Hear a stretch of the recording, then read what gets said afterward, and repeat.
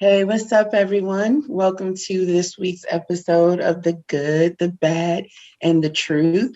It's your girl, Naya Angel, here with my co host and homies for life, E Man and Mr. PAT. What's up, fellas? What up? What's What going up? on? What's going on? What's going on? Oh, man. So, dude, we have a great episode on our hands here. We are talking about some very serious subjects, not only within the Black community, but in general. And before we dive in, I want to go ahead and take the time, and this is, of course, on all of our behalf. We would like to send our um, deepest love and sympathies to the family of DMX. We all love him here on the show, and we of course hope that he has a speedy and healthy recovery. Yes. I agree. Yes, You I got it, agree. Ron Um, Simmons. Absolutely, absolutely. So, all right, fellas. So diving right into our first subject, and this is definitely a difficult one. The death of Mohammed Anwar, who was a Uber driver in the DMV area.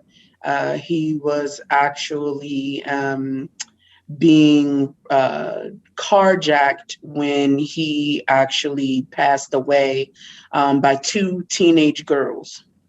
So this story has been circulating since it happened, and obviously it is a fairly serious subject. So the question related to it is, what are your thoughts on this situations and the girls being charged with murder? Because just to give everyone a high level overview of what happened here, two teenage girls went to rob Mr. Anwar, specifically to carjack him.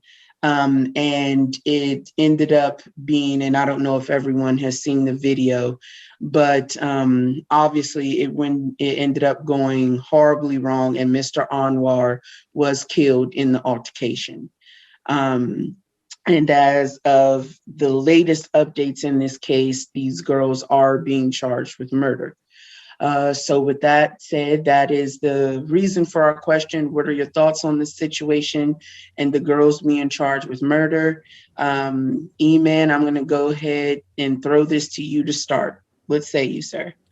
Thank you so much. First and foremost, I want to say peace and blessings to Mr. Allmore's family. I hope I'm pronouncing the Absolutely. man's name right.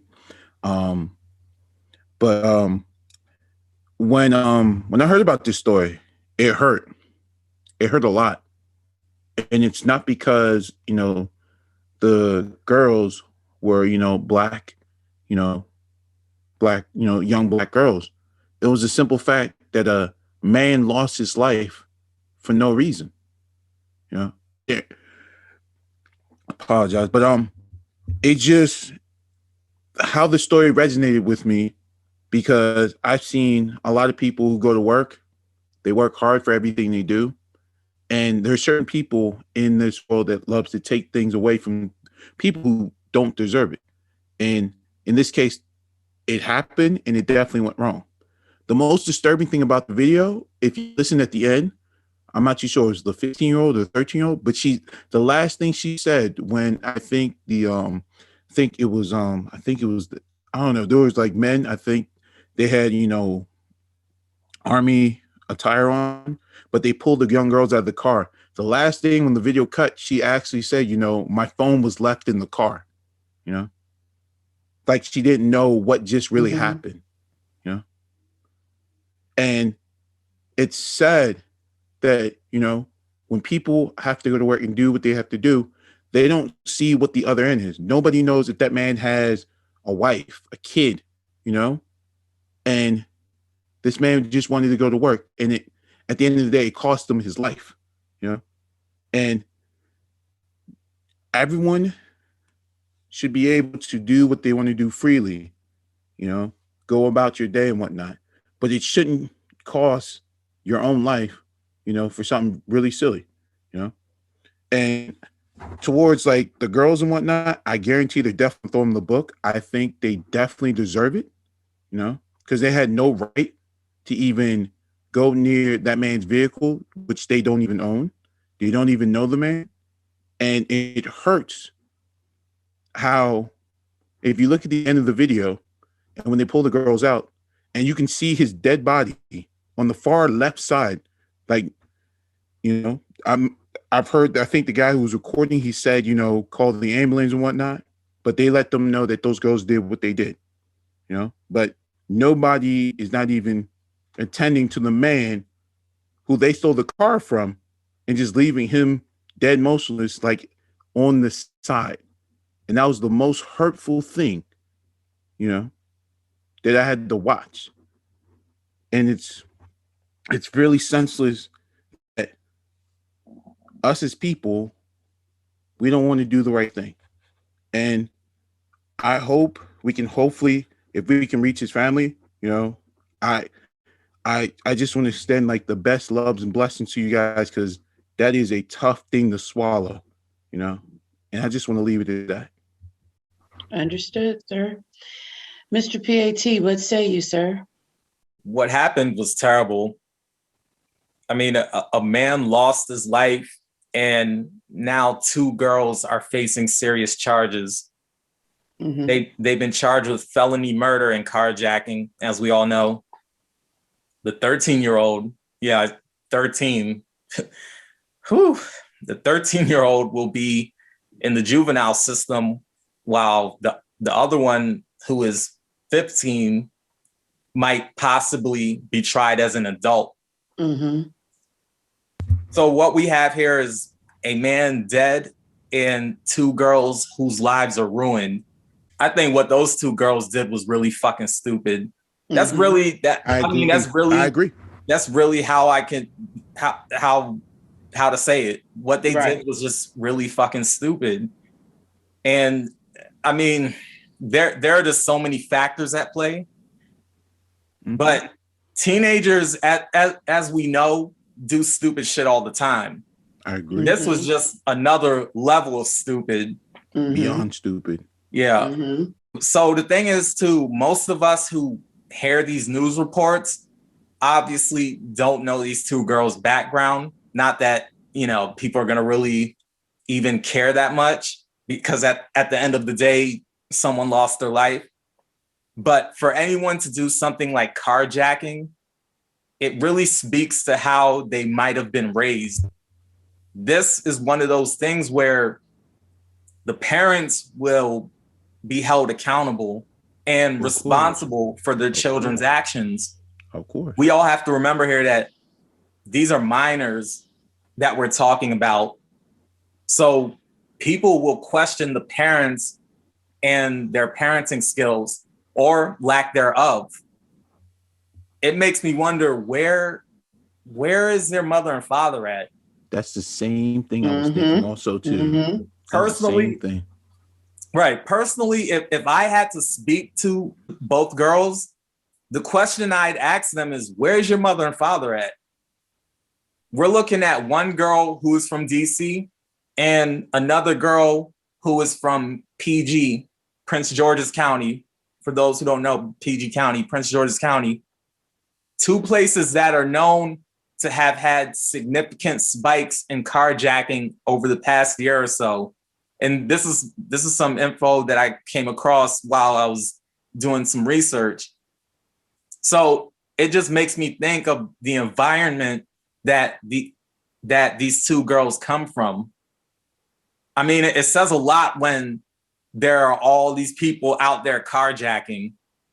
I mean, because to hear that there are significant spikes in carjacking, basically like the numbers are just going up, and they went up over the past year or so, that's a lot of carjacking going on. And to be honest, I haven't been hearing too much about carjackings, at least for the past few years or so. But if we all think about it, it makes sense, because now there are things like Uber, Lyft, Uber Eats, DoorDash. Yep. And, all of these, yeah. And it makes sense when you think about it. Basically, we're in a time now where people are using their own cars as taxi cabs now.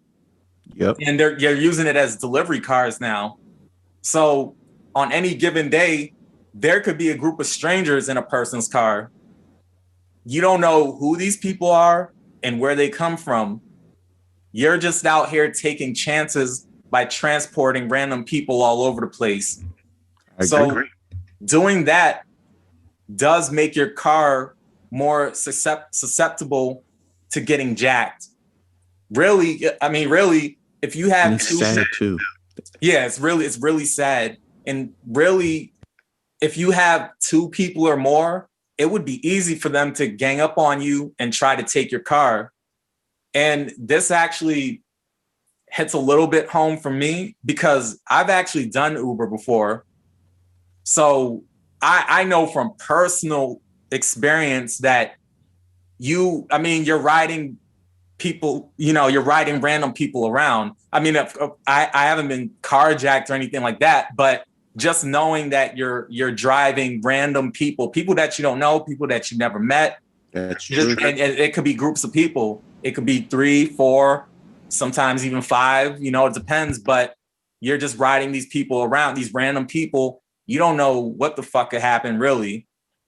So, yeah, I like I said, I've done Uber, so I know how this could play out. Now, what happened was something that didn't have to happen, but unfortunately it did. And now a man is dead and 2 young girls who are children. I don't care if people want to, call them teenagers or they're 13 and 15, but those are children. Those are children. They're children. Mm-hmm. And now these children are facing serious consequences that will change their lives forever. Yep. Oh, that's pretty much all I got on that. But yeah, it's crazy when you just think about it all. It just ruined their life. I'm not even sure. And when it comes to murder, and I think in DC, I got to double check on it, but because they're minors, they're definitely might be doing life or they might be doing 25 to life, So that's actually a good point, and it does vary depending on the state and the crime and et cetera. But that's actually a very good point and a part of what I was going to mention. So I want to start by saying, of course, I send my sincerest condolences to the Anwar family. Of course, they could have never expected that was going to be the last time that they saw their loved one. So, it goes without saying that I wish them all the peace in the world. This situation is a difficult one. And I don't say situation lightly, but I mean this case in general is a difficult one because I totally sympathize with everything that his family is going through. I agree. But I do not feel that murder is the appropriate charge in this case. Ooh. Because per my understanding of murder, there has to be intent there. Right. And in my understanding of the law, and I've briefly worked for a law firm in my past, and it wasn't that I spent any enormous amount of hours working in law. So I want to make that clear. But from what I do understand, the more appropriate charge in this incident is involuntary manslaughter, because involuntary manslaughter is defined as an unintentional killing that results either from criminal negligence or the commission of a low-level crime act such as a misdemeanor. Involuntary manslaughter is distinguished from other forms of homicide because it does not require deliberation or premeditation or intent. So what that implies is that murder normally is is the charge that is applied when there is some type of deliberation or premeditation or intent to kill that person. From what I saw of the video, that is not what happened here. And again, that is not to take away from the tragedy that the Anwar family has at their hands. But at the same time, I think that these were two teenage girls who made a very stupid and horrible decision, who should face the appropriate consequences, but based on the appropriate charge. Yeah, and I don't think that murder is the appropriate charge here. I think that grand theft auto or attempted grand theft auto, and I think involuntary manslaughter are the appropriate charges here. Because that's the entire point of the child factor when considering the law, right? Is that children inherently do not have the ability per se, right? This is not saying every single case, but per se, to wholly distinguish right from wrong in certain scenarios. I'm not saying they didn't know right from wrong, but in this case, the fact that they were children, in my opinion, played a part into why they didn't just give up and jump out the car and try to run away before it ever sped away. If you look at the video, Mr. Anwar is standing with his driver's door open and saying, this is his car. He's not giving up the car. That is the point where the girl should have jumped out of the car and ran away. Adults probably would have done that. You have, people videotaping the entire incident. A criminal adult might have looked at that and said, hey, it's not smart to continue on this path, jump out and dip. You know what I mean? Run away from the scenario. I think their youth played a part in how this escalated and ended with Mr. Anwar's death. So with all of that said, it brings us to, the overall matter being, obviously, someone lost their life. That is serious, right? No one is debating that. That is not in question. They are due to be appropriately punished, and justice needs to be served here. I just don't think that murder is the appropriate charge. And I'm hoping that someone realizes that, applies the appropriate charge. These girls, face up, stand up to what they have done. Their lives are changed forever, no matter what happens. Everyone involved, lives are changed forever. That man had a family. So there's nothing that can be done from that perspective. But hopefully they are remorseful. Hopefully they are going to face the appropriate charges, and they are going to make a change while they're serving out their sentence. That situation overall, and it's tragic. It is tragic. Very tragic. I actually want to share something with you guys. So I just pulled up the DC Law Library on carjacking. Mm-hmm. And it's very interesting that carjacking is actually a federal crime. So it's actually not a misdemeanor, which was very interesting. But looking at when you carjack someone, you do get the imprisonment term. So the minimum sentence for carjacking is 7 years. Maximum is 21 years. And that's just for the carjacking. Now, if it has to do with carjacking and it was like armed robberies as you use some type of deadly weapon, they say the minimum is 15 years and maximum is 40 years if a weapon was, and basically it becomes a high felony when you use a weapon. And because, the girls use the car, they might even use that as saying that the vehicle was a weapon to actually kill him. Yes, and that's definitely, I guess, a possibility. But when I look at the video, I don't see that the girls were in the driver's seat of the car.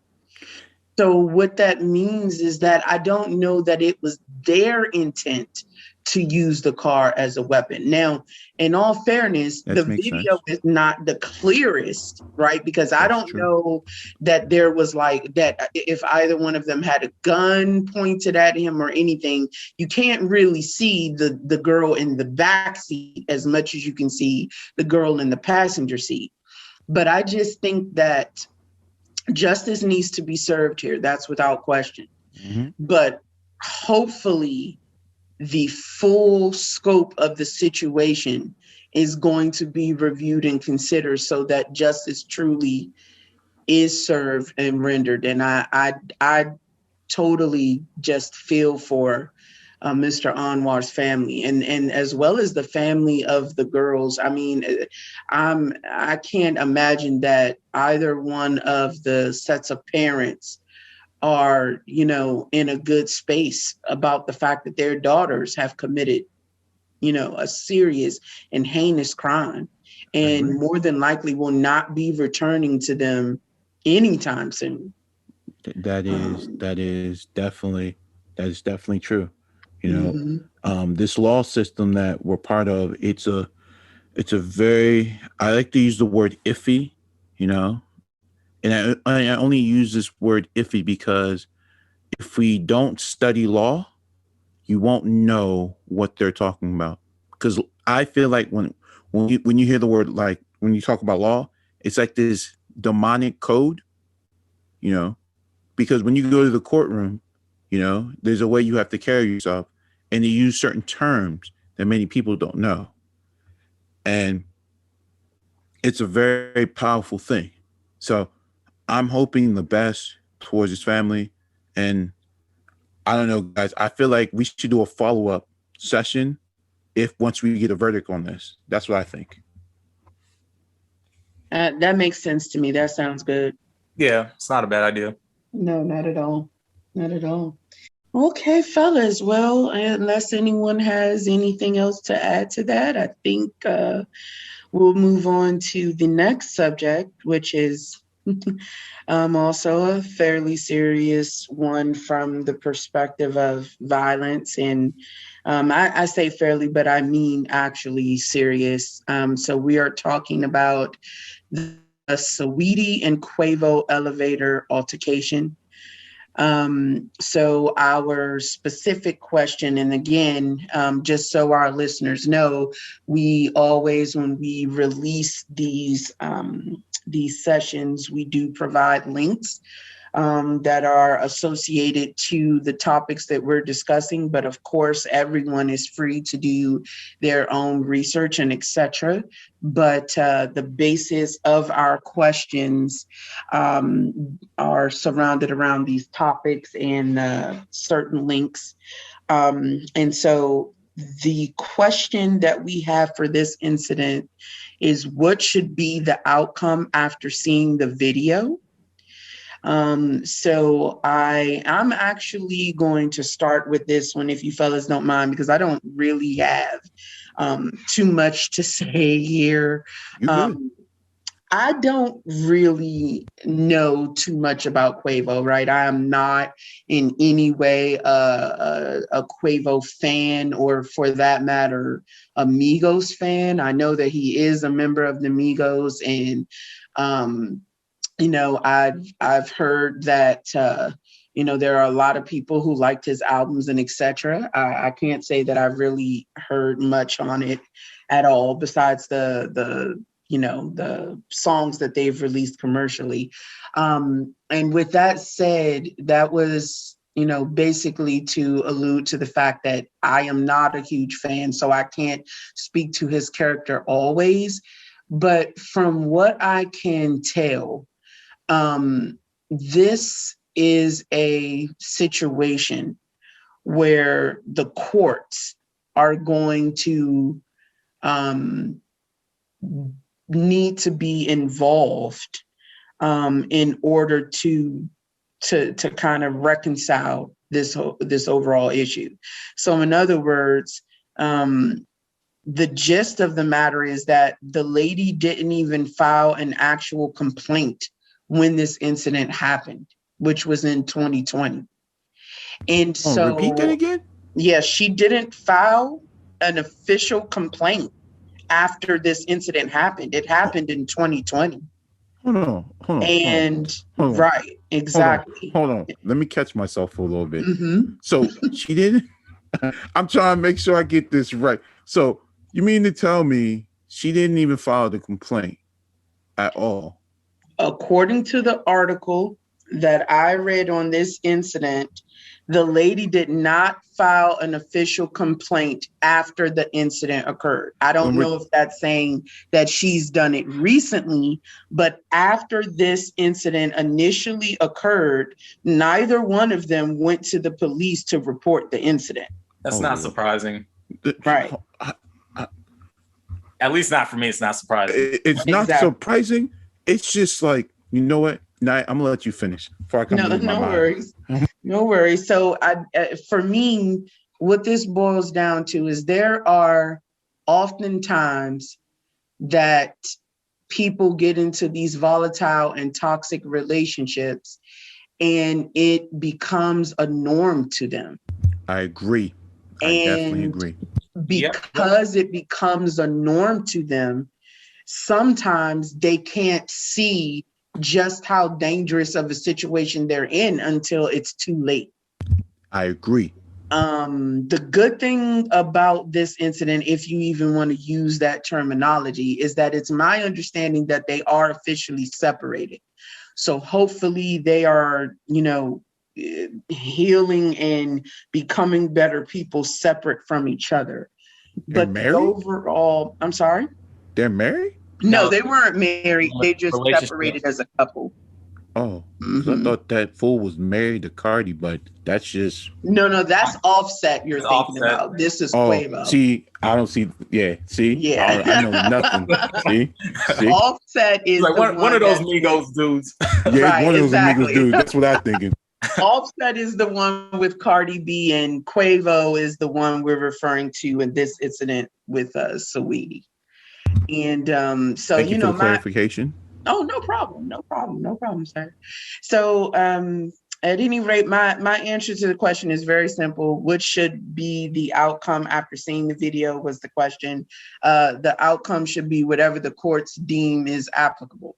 Neither one of these parties raised this or raised a complaint or raised this incident right after it happened. Whatever the court says is applicable for this incident, obviously, is what should happen. I'm just glad to hear that the two parties are separate and hopefully they can move on to improve themselves. And if the relationship is that toxic and volatile, stay away from each other. So those are I agree. my thoughts I agree. on the matter. So I'm going to go ahead and we threw the last subject to E-Man. So I'm going to start with you, Mr. PAT. What say you, sir? Well, I 100% agree with everything you just said. But to answer the question, and my response is going to be a little bit on the more general side, because Quavo and Saweetie are two people that I don't follow or I don't know much about them really. Me either. So agree. There's I proved it on air. So yeah. So there's nothing much I could really say about them. Those two as just separate individuals or whatever. But when it comes to the question, I say there doesn't need to be an outcome, and I only say that because they have already broken up, as we've spoken about earlier. They parted ways. This incident happened a year ago, and they both said that they moved on. Unfortunately, domestic violence happens all the time. As we all know, domestic violence is a problem. Yeah. It's something that happens between couples, married or otherwise. Yep. Things get heated and tempers flare up, and things just happen to get physical. Yep. This happens with celebrities and regular everyday people. Yep. The thing is now we're in the digital age. We're in the digital age where damn near everything is being recorded. If someone is not recording with their cell phone, there is surveillance everywhere else. You can't really go anywhere and not be on camera somewhere. I agree. So whatever dysfunctions your relationship might have, all it takes is for it to take place out there in the public. And whatever you think is a private dispute, it will become public property. So you and your loved one will now be on display for the world to see. The world at large will have a front row seat to the toxicity in your relationship, marriage or otherwise. Overall, I don't think what happened in the elevator should be some big time news story. I mean, what took place in that elevator is something that has probably happened and still happens between average couples on a regular basis. I'm pretty sure if we conscious at one point. I'm pretty sure if we look at surveillance videos of elevators all over the world, we'd see a ton of couples fighting in them. And I'm not saying this to be funny or anything like that. I really think if we were to really take a look at surveillance videos of elevators or just anywhere else, we always see people fighting each other. Now, the outcome of this particular incident is that, in my opinion, there doesn't need to be any heavy media backlash. I mean, because Saweetie and Quavo have parted ways already and they've moved on with their own lives. I agree. Unfortunately, we live in a society where Black dysfunction is a source of entertainment. Black dysfunction has been on full display for who knows how long. So I just think it's one of those things where we don't need to really, and when I say we, I'm just talking in general, not just, but just in general, but we don't need to make this bigger than what it is. I just think everyone needs to move on. This is just one of those videos that needs to be out of sight and out of mind at this point. That's my take on it. Okay. Yeah, I think for and Eman, we're going to throw this to you shortly. I think though, for me, the portion of the video where she's actually unconscious, I hope that is not happening commonly. Oh wow! Because what? Well, hold on, time out. I didn't know about the unconscious. Yeah, I know about that. There was some point in the video where she was out for a couple of seconds. It was similar to the Ray Rice incident where the woman was actually like not coherent for a period of time in the incident. So I saw the slip and the fall, but I didn't know she took a nap. Yeah, well, I don't know that she took a nap. I don't know that she took a nap per se, but there is a portion of the video where she is not like responding. And I don't know if if they're saying that she was fully knocked out, or maybe she just got knocked down hard enough that she wasn't coherent enough to respond per se. But yeah, the footage itself of the video, the actual what happened, is not like a general like I shove you, you shove me kind of situation, or just yelling or arguing. Like they got fairly physical. So I think that's probably the reason why it's garnering so much attention, because I think and again, even with that said, to Pat's point, and as we were saying earlier, they are technically separated right now. And as I was saying earlier, neither officially filed a complaint back when the incident happened. But the video footage that I saw, to me, seemed a little more serious than just like a arguing match back and forth, because their physicality was along the lines of like the Ray Rice physicality. And I don't know if you all remember that incident where I remember that. I remember that because Ray Rice loaded up on her.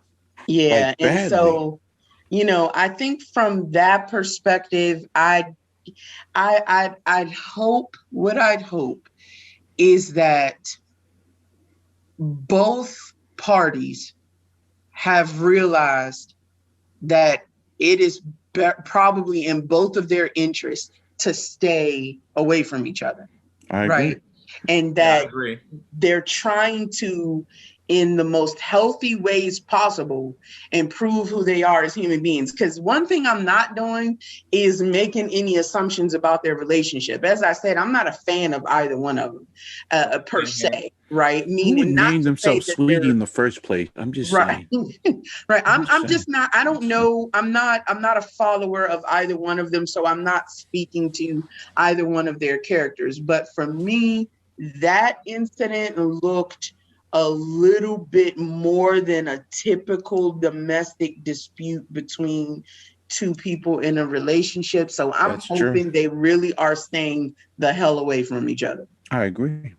Yeah, and real quick, because I saw the video, and I saw when it got physical. I saw the physicality, and I'm in no way trying to downplay it or taking this lightly. This is definitely not something that absolutely needs to be taken lightly. I agree. I didn't know that she was unconscious. I didn't know that part. I just saw the video and I saw her get knocked down, and that was pretty much how I took it. And I really did more so reading than watching the video. I watched the video, but I just said, okay, it's a physical altercation, another elevator incident, because we've seen these elevator incidents before. So I really just took in the information on. No worries. And again, multiple sites are reporting multiple things. That's why I said it's not really the clearest, but like there's a portion of it where like and Quavo is standing right with his like backpack or whatever, and she's laying on the floor, like almost out of camera range. Oh, and he's so like even if she's not like physically unconscious, she's like on the floor. Right, I did see that part. I saw when she was on the floor. I saw that part, but she took a nap. Like she took a real nap. No, that's what I'm saying. I don't know for sure that she was like. I'm not saying that she was knocked out completely, but there is a portion of the video where she is like on the floor and is like not responsive, for lack of a better term. Oh my! And then finally, and then at some point, so she doesn't get up, like even after the doors open again, right? And then Quavo's like this case thing to block it open, and then finally she stands up and exits the elevator. Wow. Yeah, so it, again, I didn't see the full video from like a police perspective. I'm not speaking on any terms of any official investigator and not saying, hey, that's enough for, the police to do anything. But yeah, it definitely was, at least to me, this is just from my perspective, it seemed like it was a little more along the lines of like the elevator incident with Ray Rice, and I hate to say his name again. I know he's probably thinking, how many times she gonna bring that up? But it seemed like it was definitely more along that kind of incident, to the point it definitely got fairly dangerous, in my opinion. But E-Man, we are going to officially throw it to you. What say you, sir? Thank you so much. So the initial question is just my thoughts on this, right? Correct? And towards what? So the official question is, what should be the outcome after seeing the video? Well, if there wasn't a police report, it's basically done. To be honest, you know? I mean, certain states allow you to, write a report in like 2 years and whatnot. And this happened in 2020, yet no report has happened. We're just going off with a video that, that's been seen, and now everyone is speaking their piece on it, So if those parties have decided to go their separate ways, it, in my mind, it's over, it's over in my mind, but it's up to one of them to pull the card and be like, well, I'm charging you with this. But it seems like if it's not being charged as domestic violence, it's basically just saying it never happened. Even though we have a camera footage that it did happen, but based upon law towards his, if you're taking it to court and him being, charged with something, he's not being charged with anything, and I can say it's sick, I can say it's deranged, but that's basically how these two parties chose to go about this. I'm not a fan of both of them because every time I hear the Migos, I keep thinking like the whole hippity hoppity and like the people who can't like rap and like they whisper and do all that other stuff like that. So I know nothing about them. So mumble rap. Mumble rap is a better term. That's the official term. That's the better term. See, because I'm not even down with like this foolishness and whatnot. But it's 2021 now, and I'm making this a huge public service announcement. All right, women out there in the world, all right, if you have a toxic man, please do yourself a favor and just leave. There's nothing wrong with that. All right. Fellas, if you guys are being toxic too, it's time to get your lives together and definitely leave. Because this whole domestic stuff has to stop. Because we keep bringing in more and more toxic people and they make other people toxic. And we keep creating this damn cycle. And it's becoming a sick damn cycle. All right. That's my public service announcement. We need to start doing better. All right. Because I agree with everything, with Nine Angel and PAT. But I'm just ending it. The shit has to end. Like I don't want to hear about another damn rapper doing something silly. Because you guys want to be adults, be adults. You guys need to stop acting like children and whatnot. And I'm gonna end it from there. Okay, absolutely, fellas. I think we definitely said our piece on that one. At the end of the day, we hope that, couples can work through their issues amicably and without violence. Especially as, you eloquently put it, E-Man, it's 2021 and I know that, violence can happen in any time, in any era, but hopefully with as informed as we are as a society now, people start taking the time to make better decisions. Just walk away. You know what I'm saying? When you feel yourself getting to that point where you're about to boil over, especially with someone that you're in a relationship with, that you cared for, walk away. There's nothing wrong walking away and there's nothing wrong leaving, all right? Do what's good for your soul and do what brings good peace in your life. Absolutely right. Agreed, fellas. All right. So the next topic, and it's, unfortunately along the same lines here with domestic violence, and it's Chet Hanks. So for our listeners out there who don't know, Chet Hanks is the firstborn son of actor Tom Hanks and actress Rita Wilson.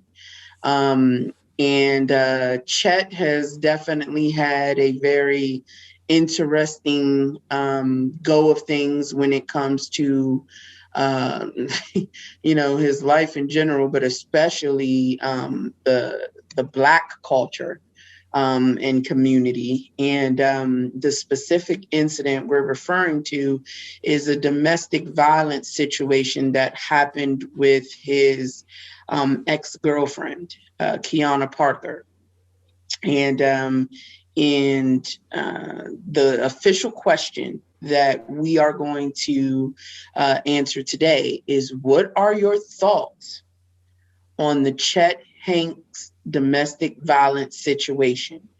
And just to throw that out there for our listeners as well, another aspect of this that we will be discussing is the fact that this is the same guy that started the white boy summer movement. I'm going to put that in quotation marks. That's a thing? That's something that he actually started. So, it's not about the name. Why is everyone starting movements thinking everyone wants to be cool? I want to start this movement. I want to start this movement. That's what everybody is now. Jeez. I need to just sit down. Exactly right. So I'm actually going to throw this one to Mr. PAT again. I know that you had some thoughts on this subject. What say you, sir? Hold on. I got one quick. So I just want to make sure I got this right. Isn't that the dude who played in Empire as that white rapper and whatnot? Is that him? I couldn't tell you because I've never seen a full episode of Empire a day in my life. I don't know. Yeah, I don't know. I'm trying to put names and linkages to like people. I'm horrible at this thing. I'm just horrible. No, you could very well be right. I just have no idea. I'm not a fan of Empires per se. I'm glad that there are some, shows out there with largely Black casts that are very successful. But I tried to watch like the first few episodes, and I didn't even watch them in full. I ended up watching, pieces here and there, and it wasn't for me. So you could be right. I'm not sure. No worries. But what I can tell you is that he did have like some kind of brief rap career where he went by the name Chet Hayes. That came up in my research, but that's all I know in relation to that. All right. Thank you. No problem. All right, Mr. PAT, whenever you're ready, sir. All right. So domestic violence, we've already established that it is a huge problem and it needs to stop. Mm-hmm. I won't speak too much on that aspect when it comes to Chet Hanks. I'll touch on it here and there, but I'm not going to really put too much focus on that. I'm going to say this loud and clear, plain and simple. Chet Hanks is an annoying white boy. Plain and simple. Okay. He's annoying as fuck. Yeah. I'm just not a fan of this dude. I see him as a culture vulture. Straight up. He's a culture vulture. Mm-hmm. I know that he used to rap or still does. Not that I care. But I do remember at one point in time, he got called out for using the N-word. He even defended his use of it and said he believes it, quote, unifies the culture of hip hop across all races. So he actually said that? Yeah, he said that bullshit. In an interview? I guess it was an interview. But yeah. Who let him say something like that in an interview? Right. I'm sorry. So yeah, he was saying the N-word, all freely and whatnot. He got called out on it and he doubled down. He didn't like back down off of it. He said, yeah, I used the N-word. And yeah, he said it unifies the culture of hip hop across all races. We know that's a bunch of bullshit. I mean, right now I'm rolling my eyes and just thinking to myself, get the fuck out of here. Get the fuck out of here with that bullshit. But to go back to the domestic violence situation. So dude's ex-girlfriend said that she was called a ghetto black bitch. This is what I read. He called her a ghetto black bitch. He said that she's a ghetto black bitch and no one would believe her since he is Chet Hanks. This is what you said her name was Kiana Parker? Correct. Mm-hmm. Ex-girl, yeah. This is what called her a hoe? He called her a ghetto black bitch. And said that no one would believe her side of the story because he is Chet Hanks. Man, I will slap that nigga in his face. The son of Tom Hanks, so that's someone who knows and fully understands his white privilege, and he knows how to weaponize it. This is why, honestly, Black people need to stop letting these white dudes in the culture like this. We just need to stop embracing them. But unfortunately, this kind of thing happens when we, Black people, I'm talking about Black people on this one, we invite white people to these imaginary cookouts. I can't stand when a Black person says that a white person is, quote, invited to the cookout. I know y'all have heard that before. There's only certain people that can be invited to my cookout, though. Yeah, but I'm not even for all that. But me, man, I agree. I agree. I'm not inviting nobody to no fucking cookout. I don't even know why. I agree. I don't even know why we say that. And we can we make sure? Is Eminem is he an exception or he's just like? Well, man, wait. I think he probably, I guess, maybe an exception depending on who you talk to, but I mean, I think so too. I just think that whole idea of inviting people to cookouts, fuck out of here with all that. I'm definitely not a fan of that. I'm not a fan of that at all. And, that's we hear that dumb shit when we come across a white person we think is cool, or when we hear a white person say something that is in defense of Black people.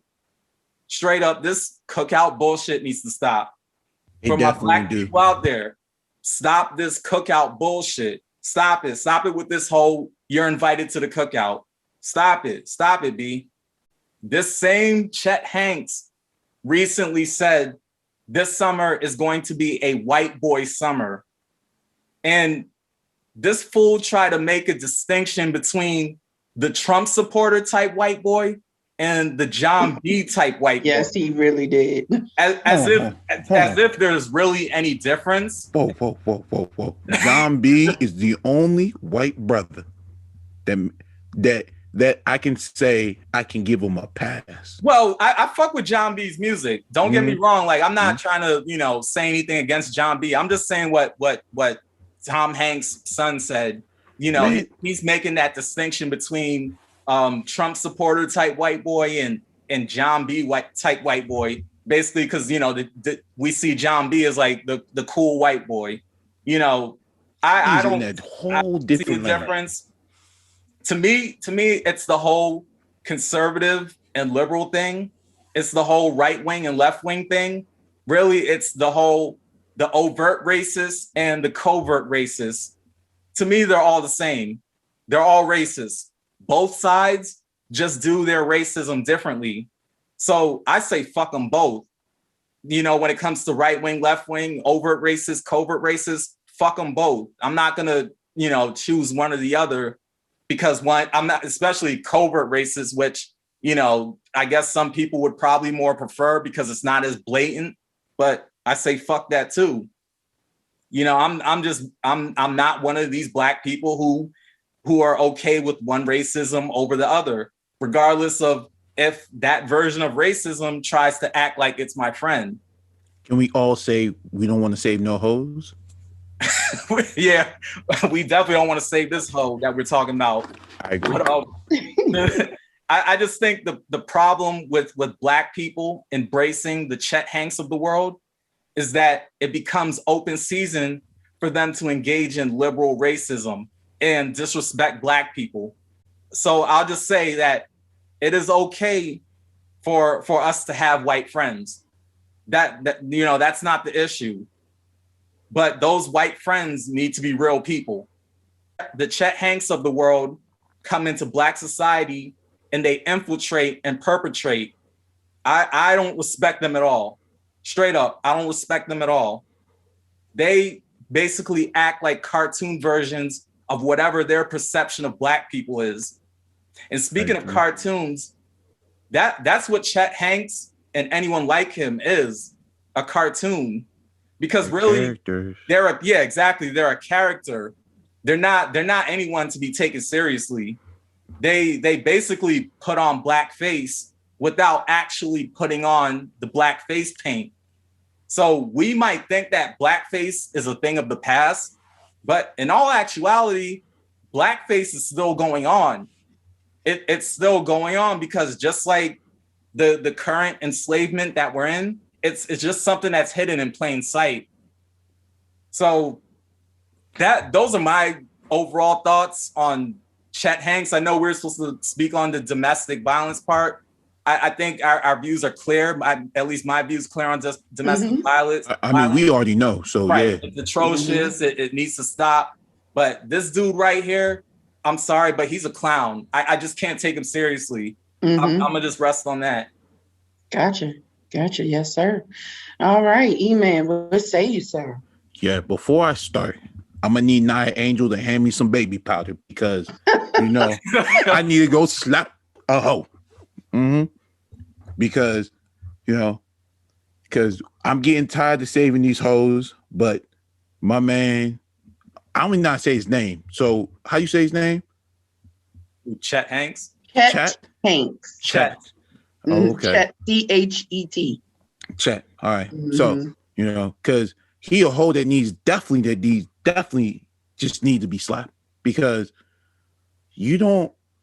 I can't believe people allow you to say what you said in an interview, Like it's crazy to let people say what they want to say, which there's law behind that because you have your freedom of speech.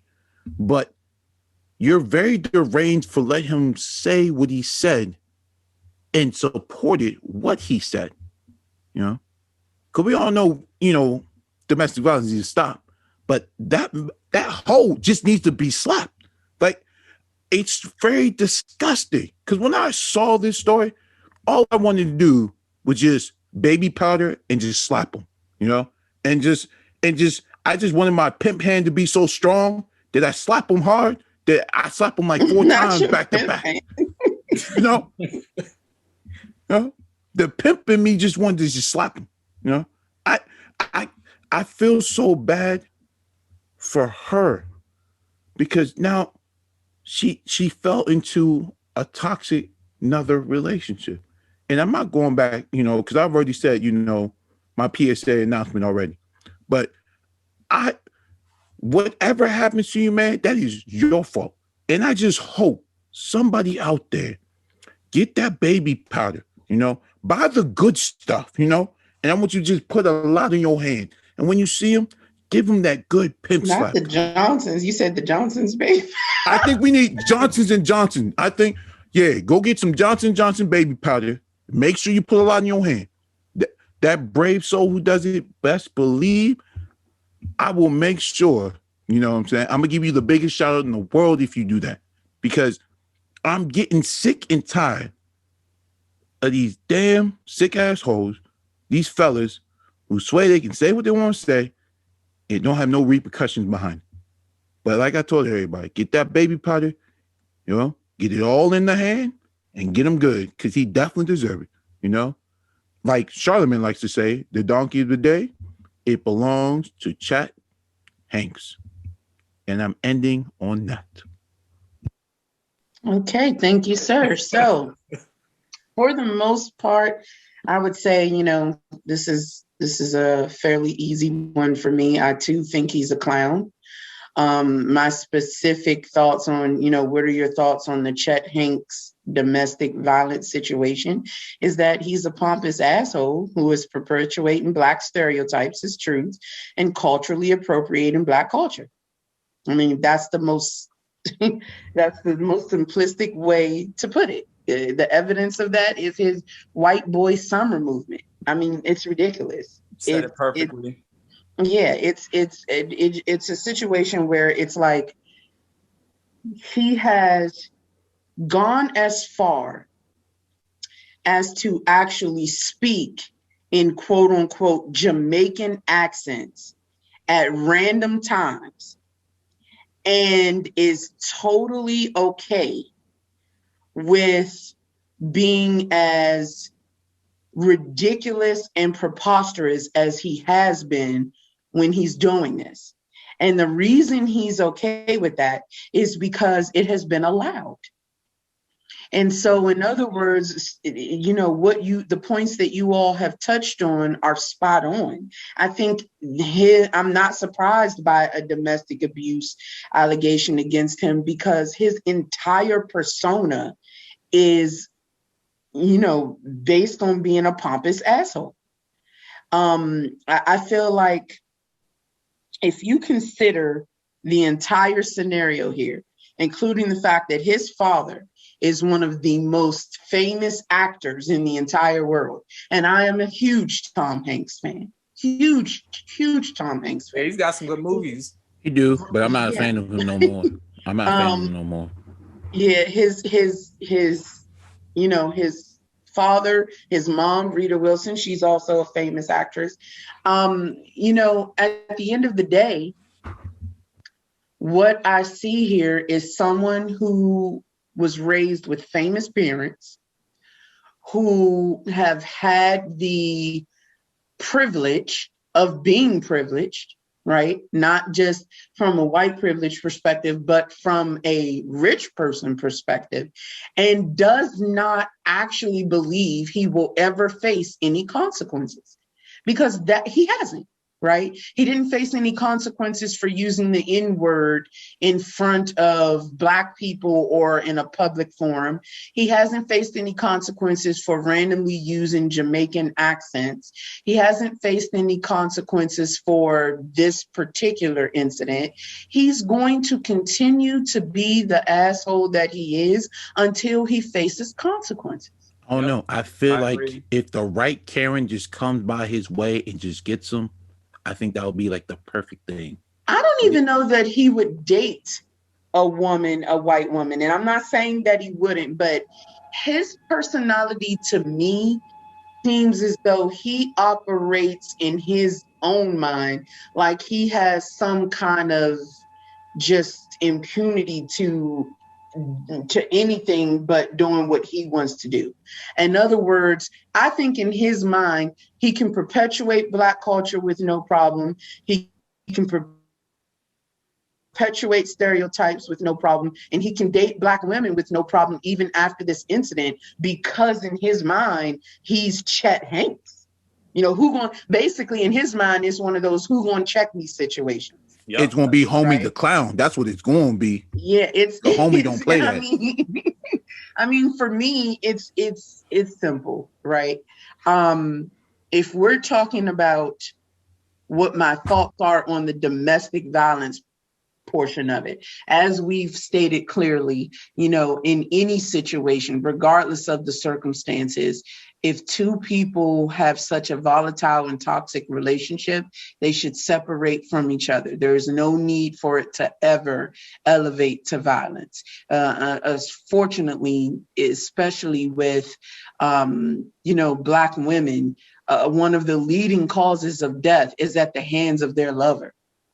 And, you know, that's true. That is unfortunate. True. Right. Yeah. It's unfortunate because sometimes it's that, you know, people can't see the picture clearly until it's too late. And it's not just, you know, women dying at the hands of men. Also, there are, you know, men who die at the hands of abusive women. The point is walk away. Walk away from the situation, walk away from the relationship. I know it's difficult. I know there are sometimes mitigating circumstances why, and the reason why people decide to stay. But at the end of the day, there is nothing that can replace a life lost. You know, so hopefully these people recognize that, realize that, they walk away. So from the domestic dispute standpoint, of course, I hope they remain separate. Whatever needs to happen from that appropriately happens. It's my understanding they've both filed legal suits against each other in that regard and have filed charges against each other in that regard. So only time will tell. As far as Chet Hanks specifically, I'm not a fan. I think that he is, you know, a joke. for lack of a better term. And Homie the clown needs to just get his ass. Right, exactly. Personally, I don't have any thing good to say about any of the behavior that I've seen from him thus far. It's all atrocious to me. And so, from that perspective, fuck him, for lack of a better term. Homie don't play that. And real quick, I mean, as you've established, and what we've all established is that, yeah, these two people, obviously they need to separate. They separated already, and that's really the course of action that needs to be taken, especially when it's a domestic violence situation. You gotta do your best to walk away. It's just one of those things. Naya Angel articulated it perfectly. We know it's hard. It can be tough. There's certain circumstances, situations that are involved, and it's easier said than done. It's one of those things, but it's just one of those things where we gotta try to walk away from these types of toxic situations. Mm-hmm. The woman needs to walk away. The man needs to walk away. If you two are not good for each other, then just get away from each other. It really should be that simple. It is. To Chet Hanks, I mean, it's just with this dude in particular. For my Black people, my brothers and sisters, listen closely. Listen to me closely. Listen. We need to stop letting these culture vultures in so easily. I agree. Like I said, we can be friends with white people. That's not the issue here. We all have white friends. I have white friends. I'm sure my co-hosts, they have white friends. So that's not the issue here. Very close white. White dudes like Chet Hanks, we should not be letting him in. Like, fuck all this cookout shit. Let's stop this whole invite to the cookout thing that we have going on. Let's end it. If we're gonna cancel something, let's cancel that. Let's cancel that man right now. Well, yeah, he could be canceled, but let's cancel invite to the cookout. Like, let's just cancel that. I agree. Until y'all get my man Pepe Le Pew back on the air, that he ain't done nothing wrong. We just need to cancel this whole invite, these certain white people to the cookout. Whether it's a white boy or white gal, we just need to stop that. Straight up. We need to stop, and we just need to hold the line more. We need to have a more of a who goes there mentality. Like, if you're gonna come in, like, who goes there? Like, we gotta check your paperwork. Not who goes there.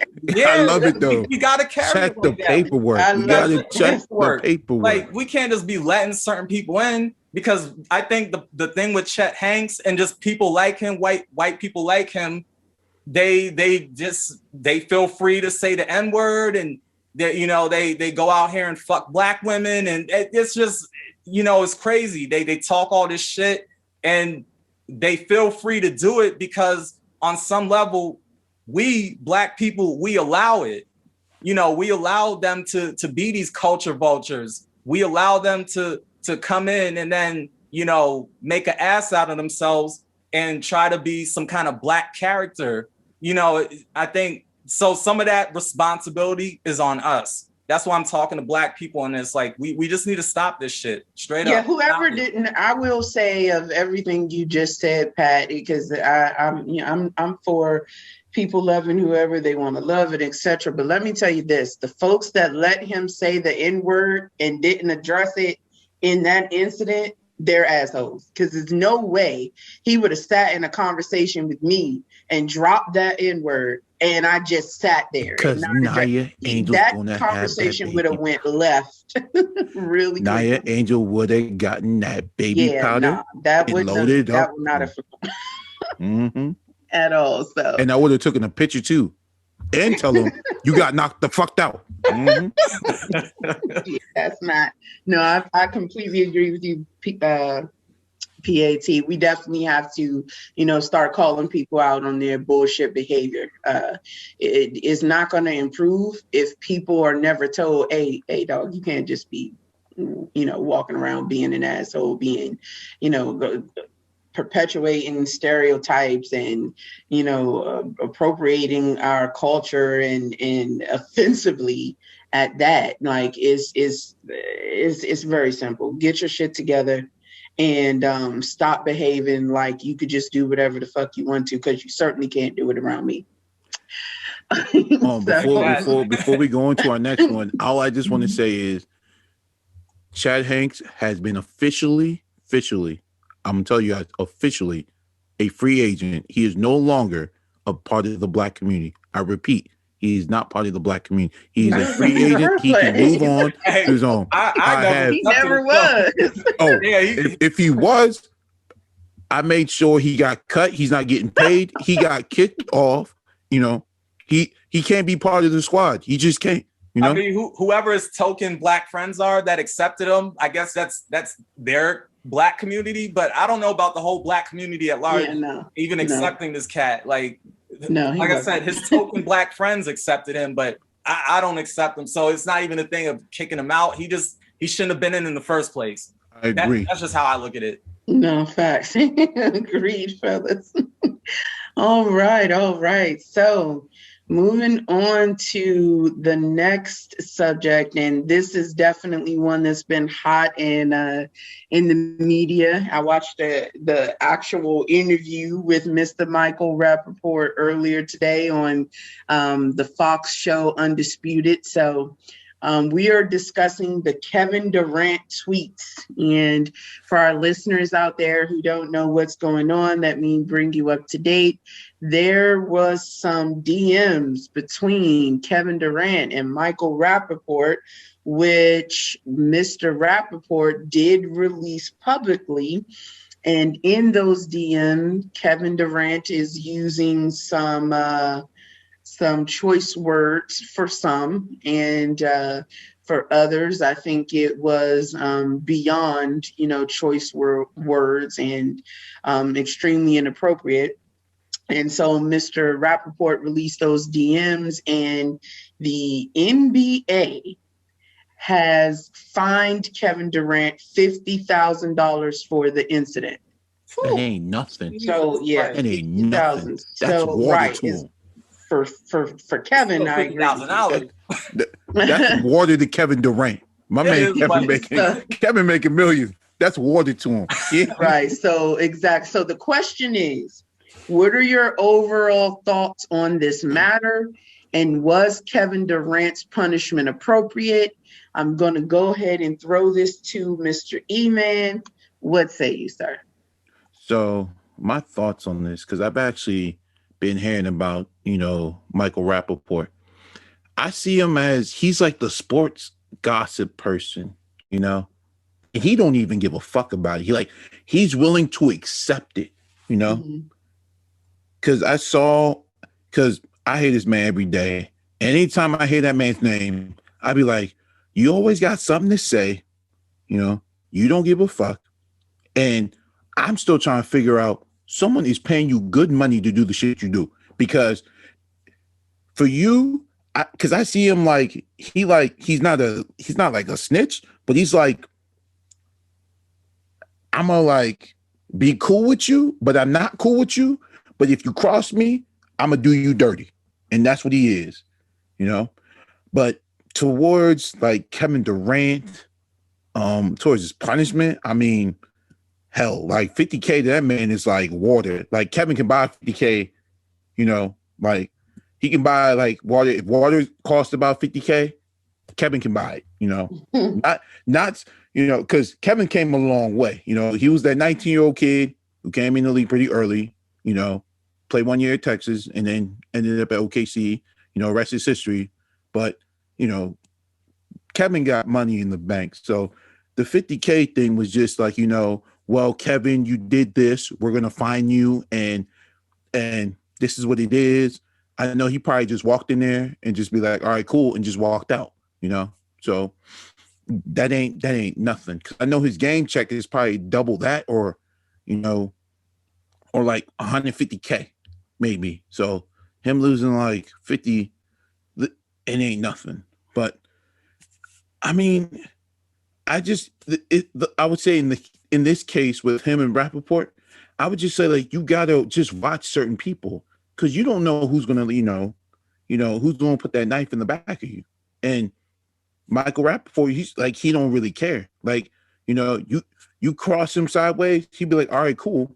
But then a few days later, he's gonna be like, boom, I'm gonna just put it out there and see what happens, If you would have done that in high school, that person gets his ass beat, and probably gets stuff in the locker, for stuff like that, because, that's stuff you don't do, but he don't care. So because you don't care and he's cool about his job, like, Rapaport's gonna still do what he does, and towards like Kevin, I was just like, just be careful what you say to certain people, man. Like there's certain people, like I'll tell everyone this, there's certain people that I dislike, and there's certain people that I don't want to talk to, and sometimes they want to talk to you, I still show them the respect, even though they don't want to talk to me. But I'll tell them like, yo, I don't want to talk to you right now, but but you just got to watch what you say. You know what I'm saying? Towards what you want to say and how you want to say it, that's you can't change that. It's just everybody thinks differently how things are said, Because if you look at slang is different, and you don't know how most people like talk certain times. And certain people might talk in slang, some others might not. But in this case, Kevin seemed like he was pretty heated towards like, something that Rapaport did. And, he just basically went off on him. He didn't care how he said it, but it did cost him, but it didn't cost him much. Because, at the end of the day, losing $50K, he did a public apology, but he's still playing basketball, still making millions. So, I don't know what type of, behavior or what type of like punishment he really got, because at the end of the day, he's still playing basketball, still making millions.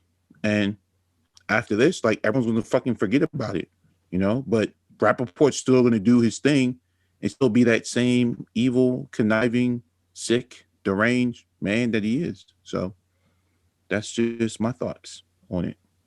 Okay. So I'm going to go ahead and share my thoughts, PAT, if you don't mind, because I don't have a lot on this subject. And my thoughts are that, both KD and Michael Rapaport were assholes in this situation and took the shit too far. Right. Michael Rapaport mentioned that he was going through a tough day that day. And, KD is from the DMV, right? We tend to be very, vocal as a culture in that area anyway. Right. And I just feel like this situation is completely blown out of proportion. It's juicy sports related gossip, right? I did not see anything in those tweets that I said that was extremely offensive. Celebrities have said far worse. I agree. Right. They have said far worse. Like, for instance, Mel Gibson's go get raped by a pack of niggers or some shit like that. He said something along those lines. So hold on. Mm-hmm. Sorry to cut you off. No, you're fine. So did you say Michael Rapaport was having a bad day when you according to Michael Rapaport, that particular day, his perspective on it, and this was based on the interview that I watched earlier on Undisputed with Skip Bayless and Shannon. Uncle Shannon. And he said, he definitely thinks that he was just having a bad day. And that was the reason that the conversation went so left between him and KD, because otherwise he would have just kind of walked away from the conversation. And to be honest with you, I think he probably had diabetes, but that's just me. No, he's just another white boy who had a bad day. Well, I'm gonna tell you though, I honestly am a fan of both of these guys from their career perspective. Michael Rapaport has been Michael Rapaport his entire career. It's not like he just one day woke up and was an asshole. He's known for being edgy, right? So I'm not surprised that Michael Rapaport was being edgy in a situation. The same thing with KD. KD has always had this kind of nonchalant attitude, about things. And this is not, it's my understanding, this is not the first incident where something he has tweeted or said has gotten him in trouble. So when I look at this situation, I guess I don't see it as seriously as everyone else. This was two dudes who were in their feelings for whatever reason on that particular day with each other, and the shit exploded in their DMs. Well, my issue remember, Michael Rapaport said he was having a bad day, so he must have had diabetes. But yeah, well, you know, my thing is, Michael Rapaport, in my opinion, for releasing them publicly, that's the part that I think was like, man, that was a little shady.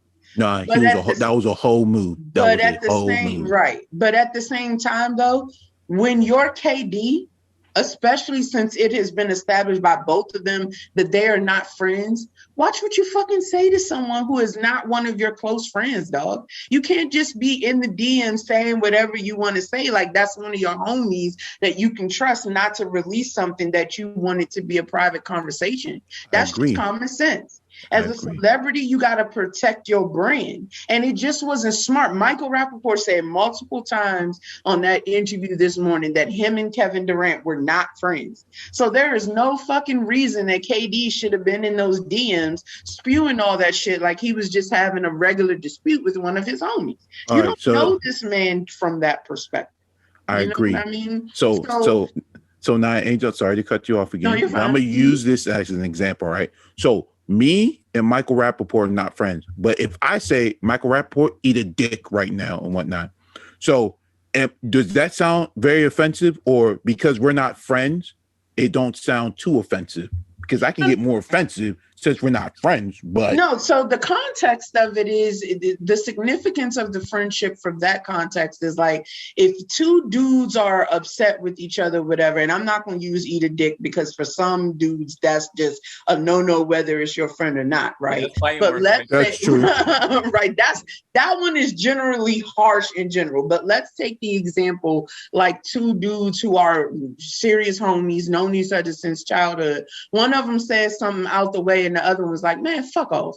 He could say that to his homie. He'd be like, oh, you mad or something. And that'd be the end of that, right? Yep. But if you say fuck off to an enemy that you really don't vibe with, and there's that understand, or not even an enemy, but just to someone who is not your close friend in which you have that dynamic relationship, that's a completely different thing. And in this particular case, Kevin Durant didn't have the foresight to say, hey, I'm not going to send all of this shit. What he did was documented himself being an asshole, right? And Michael Rapaport, this is another thing I say, he wasn't too friendly in those DMs either. His words were just his words were baiting the response that he got from Kevin Durant, where he was like, if you don't want to do the interview, then don't do the fucking interview. Or so his words weren't like the most polite, shy words either. So that's why I'm saying for me, it's quite simple. It's very simple here. From the perspective of both of them apparently just being in their feelings and having one of those days, that's what I think happened here. Michael Rapaport didn't have to release them publicly. He did to cause KD embarrassment, okay, because he was pissed off about the situation. And KD got to be a little bit more careful about where he's saying certain things. You're a celebrity, dog. Like you gotta check your ego at the fucking door. The reality of it is neither one of these dudes were on an ego check. They were both going on. Sports conversations get heated. I have all the time arguments with not just men or women, just in general. I'm not going to necessarily say arguments because I know when to say this shit is going too far and it's not worth it, right? But I have dialogues all the time with people about sports, especially with men who are shocked to hear that there's a woman who knows certain things about sports, right? Because they still got their panties on. That's what it is. They still got their panties on. I mean, at the end of the day, I don't take shit to an unnecessary level when those situations arise. I walk away from it. I'd be like, all right, that's why you so dope. That's why you so dope. Thank you. I appreciate that. And I think that's just what should have happened here. Nope, I'm sorry. Go ahead. No, I was just saying you're mature. You're Oh, a thank mature you. adult. Thank you. But we got to make sure we get this out there very clear. Michael Rapaport had a very bad day, so that's why he sent those tweets out. Another white boy having a bad day. Oh man. All right. That's dangerous. But that was pretty much my thoughts on it. You know what I'm saying? He didn't have to release the DMs. He did because he was in his feelings. And Kevin Durant didn't have to go as far as he did. He did because he was in his feelings. And both of them needed to be the one that walked away from the situation. And we wouldn't even be having this conversation. And that's, I agree. Me, the gist of it. I think Michael Rapaport was mad. I don't know who slid in first, but it seemed like, someone was mad because someone slid in somebody else's DMs and they didn't want to hear it from them. So yeah, I want to say that Michael Rapaport says that Kevin Durant reached out to him because Michael made some kind of criticism about something that Kevin Durant did. And so he reached out to him because he said they had worked together briefly in the past on some kind of business venture or something along those lines. And so they weren't close friends, but they did have some kind of previous relationship before. So that's what made KD comfortable to reach out to him by private chat, which is understandable completely. Again, I'm not, berating KD or Michael Rapaport. I'm just saying both of them were in their feelings and both of them handled the situation in a way that was super extra, and they could have just walked away and left it at that. That's that DMV in you for Kevin Durant. for Michael Rapaport, it was just him having a bad day. So that's So Mr. PAT, what say you, sir? So my whole thing is the people who make these headlines and reports, and when I say the people, I'm talking about the media. When they make these headlines and reports of these types of controversies, I just think they sound real corny and out of touch. And I'm saying this because I read the DMs that were exposed. I don't know, maybe there's a few DMs I missed, but I think I read all of them. And they said that it was quote homophobic and quote misogynistic, and I'm just thinking to myself, especially when I read the DMs myself, I'm thinking, what homophobic and misogynistic DMs are they talking about? Everyone is sick in their mind. That's what it is. It's because he referenced telling him to suck a dick, I think excuse my French, is what I think they were claiming was the homophobic thing, but I don't agree with that. But I don't, I know what you're saying. I know he said that, that was said, but here's the thing that, first of all, there was nothing homophobic or misogynistic, at least not from what I read. The thing is, and I'm gonna say it plain and simple, they said all this because Kevin Durant is black. Let's just put it all out on the table. Like they said that because he's black. We just have to remember that the mainstream media is a part of the establishment, and part of what the mainstream media does is demonize black men. And one of the ways they demonize black men, first of all, they demonize masculine heterosexual black men in particular. But one of the ways they do that is by highlighting so-called bigotry in the black man. If it's not a case where the black man is if it's not a case where they say he's a thug or a criminal, they have to highlight so-called bigotry in the black man. So they do this by claiming that these black men are so-called homophobic and so-called misogynistic. This is what they did to Kevin Durant, because the DMs, when I read the DMs, they were really just two men talking trash to one another. Agree. It was just trash talk. That's really what it was. There was nothing. There was nothing in the DMs that I saw that targeted homosexuals. There was nothing in the DMs that I saw where women were targeted with misogynistic statements or comments. Agreed. That's not what was in the DMs. It was just two men trash talking, and it sounds like one of the men in there, Michael Rapaport, in this case, couldn't take it. He's a hoe. Yeah, I mean, he couldn't take it, and my opinion on that is he made a bitch move. That was a bitch move, straight up. Like, you know, exposing DMs on social media. You know, right. If you can't Joan correctly. I mean, let's keep in mind also that the tweet that Kevin Durant was responding to was Michael saying KD seen with the @NBA on TNT crew after the game. Damn it, he's super sensitive about everything. Don't do the interview. So you can't expect, I mean, to a certain extent, someone to just be in an all lovey-dovey mood with you after saying some shit like that, though. Right. But he had a bad day, though. And my thing is too, like, look, if you can dish it out, I'm talking about Michael Rapaport here. If you can dish it out, why can't you take it? You know, why do we have to stoop? Why do we have to stoop to exposing DMs from private DMs? Like I said, that's just a bitch move. That's just my opinion on that. Like, why he can't Joan correctly? You know, but I'm gonna just be real. Like, I'm not really a big fan of Michael Rapaport. I never was.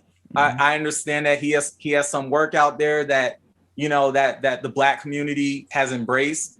Maybe there's something that I've embraced of his, that whether he's a part of it or he directed it or whatever. But just him as a I guess as an actor or as a person or whatever celebrity, whatever. I was just never a fan of him, straight up. Well, if he's even, sorry about that, PAT, but if he is even part of this damn community, I apologize for saying that, but I'm not in my feelings. You know, it's just a simple fact that Michael Rapaport had a bad day.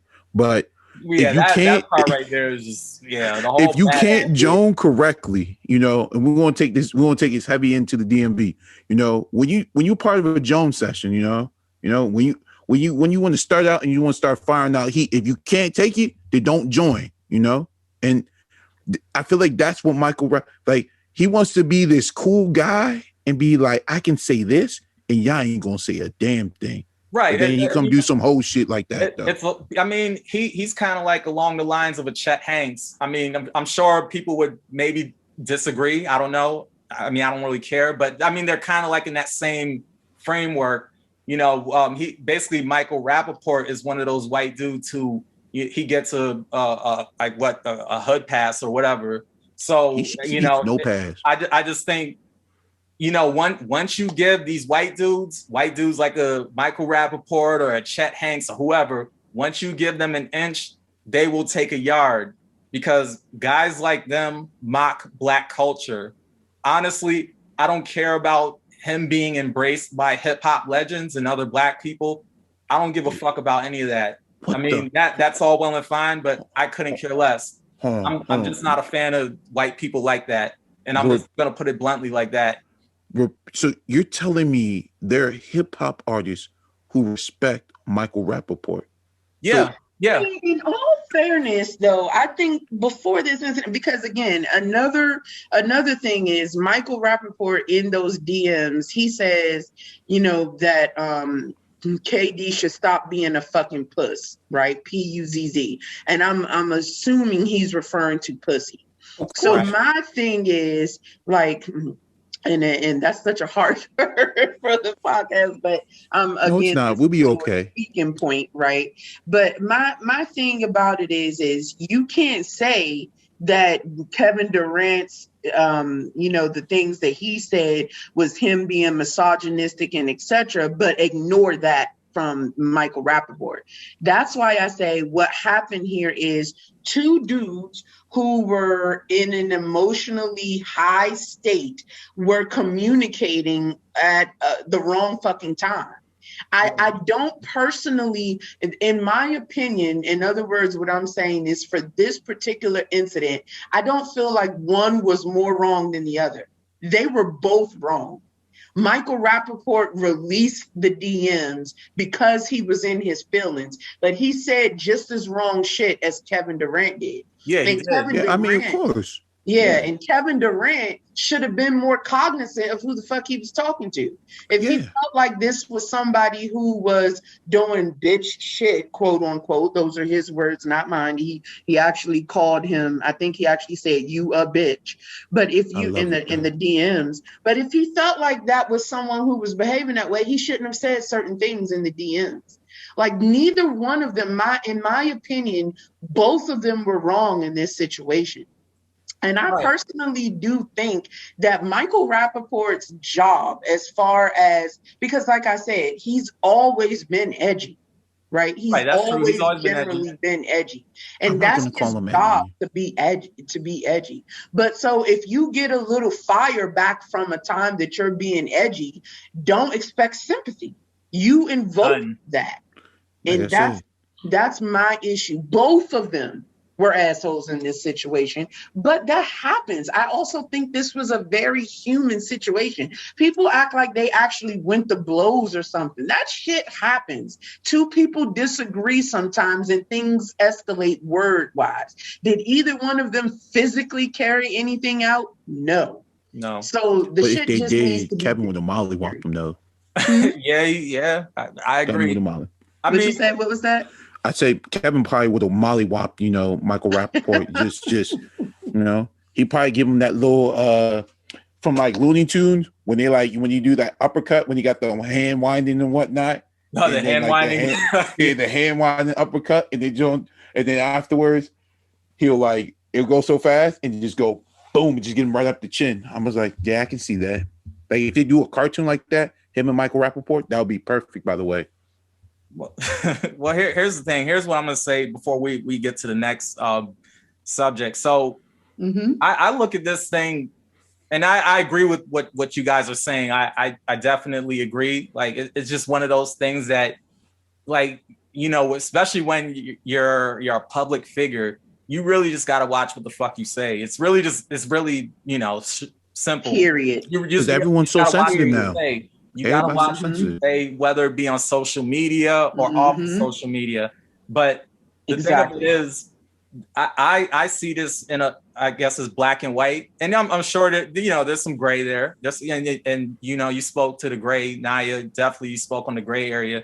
But I see it as black and white because if you look at it, as we know, Michael Rapaport, white man, Kevin Durant, black man, and we embrace, and I'm talking about us black people, we embrace the Michael Rapaports of the world, but we have to remember he's still a white man that benefits off white privilege. We're still living in a society where white people are on top and black people are on the bottom, plain and simple. So even if it's like a whole thing of trash talk and things that Michael Rapaport said and Kevin Durant said, because as we know, they both were talking shit to each other. They both were talking trash. They weren't, Michael Rapaport, as you all have stated already, he didn't say anything that was very flattering, obviously. But the thing is, Michael Rapaport knew what he was doing when he exposed those private DMs. He knew that the media would take it and run with it. He knew that as a white man, he would be seen as the victim, while Kevin Durant, the black man, would be seen as the villain. Remember, Michael Rapaport could say, "Oh, I had a bad day," but as a result of dude putting those DMs out, Kevin Durant was fined $50,000. He was fined $50K, and I know we could say that's not a whole lot of money to KD. But come on, that's a student loan right there. That's a student loan. Yeah, for me, that's a student loan. That's a struggling brother right here. But for Kevin, hold on. So $50K is, it might not be that much to Kevin Durant, but it's still a significant amount of money. It's just to I would lose $50K. But Kevin, no. I would hate to lose $50K. Like I would just, even if I'm a trillionaire. That's $50K less off my trillions, off some bullshit.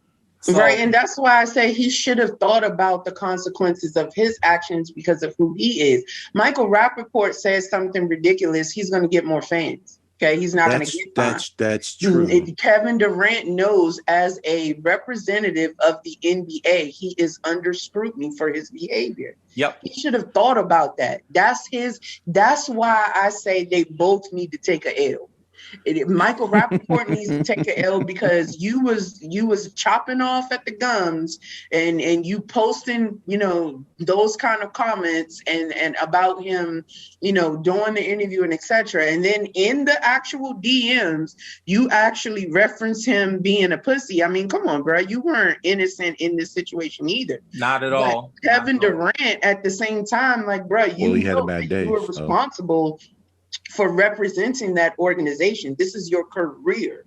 We're not talking about, you being amongst some friends inside the sanctity of your home. We're talking about you being a representative of the NBA, and you had to know that certain things you will face consequences for. Kevin Durant needed to think about that, because let me just say this. As I was saying before, when I said I don't think that neither one of them are bad dudes, it's my understanding that Kevin Durant is a really good person from most aspects, right? Like, he gives back to the community. He's a dope dude. He gave like $10 million towards Prince George's County public schools. We're not talking about the Antichrist here. This is not a dude who's out just like doing whatever he wants to do. And yeah, I mean, there's a lot of people I know who know him. On our test, what I'm saying? I know a lot of people that know Kevin Durant personally, and he says he's definitely a good guy. He's not Ron Artest, who was going through, and that's not a dig at Ron Artest. I'm actually a fan of him too. He was going through a lot during the times he was in the league and etc.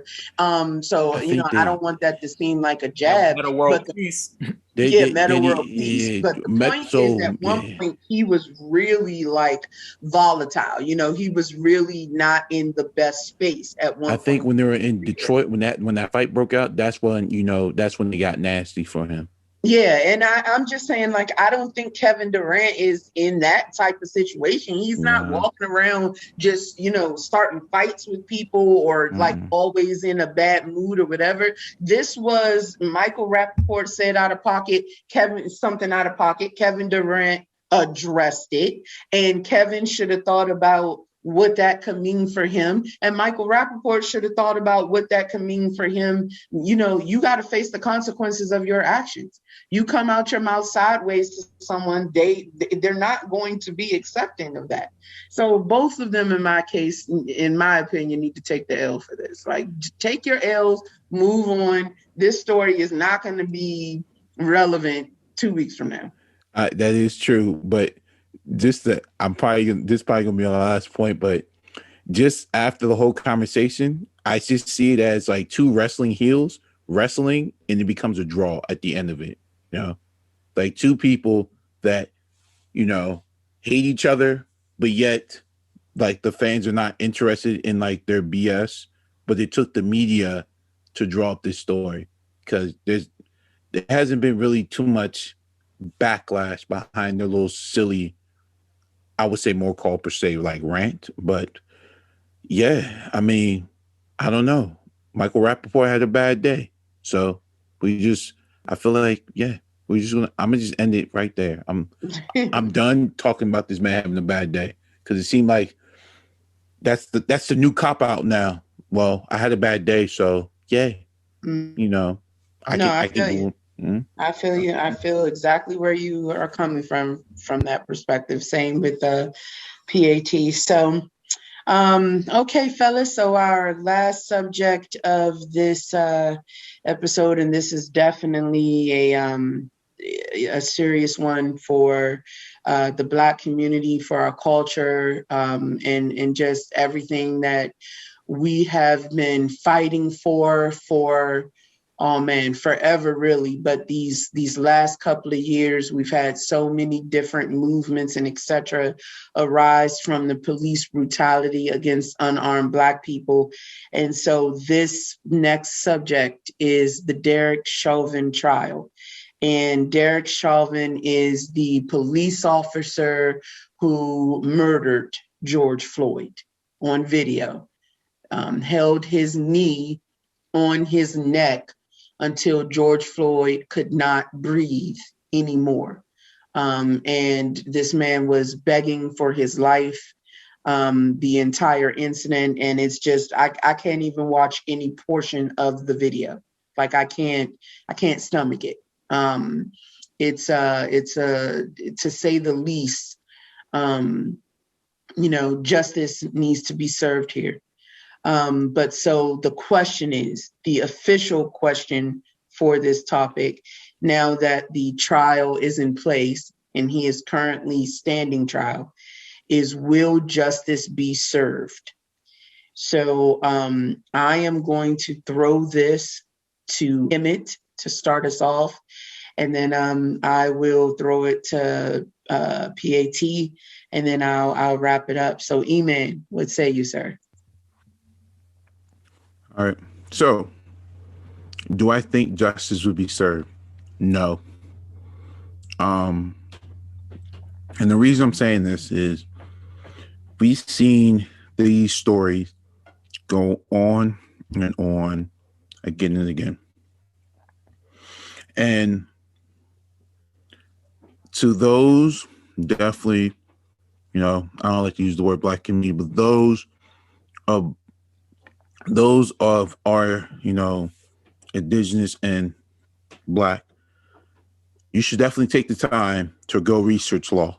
That should be your biggest thing, because it will make you a more powerful person to know how this justice system works. Because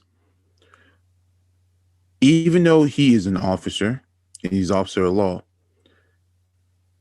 they're more on his side, And the reason why I'm saying is because of his occupation.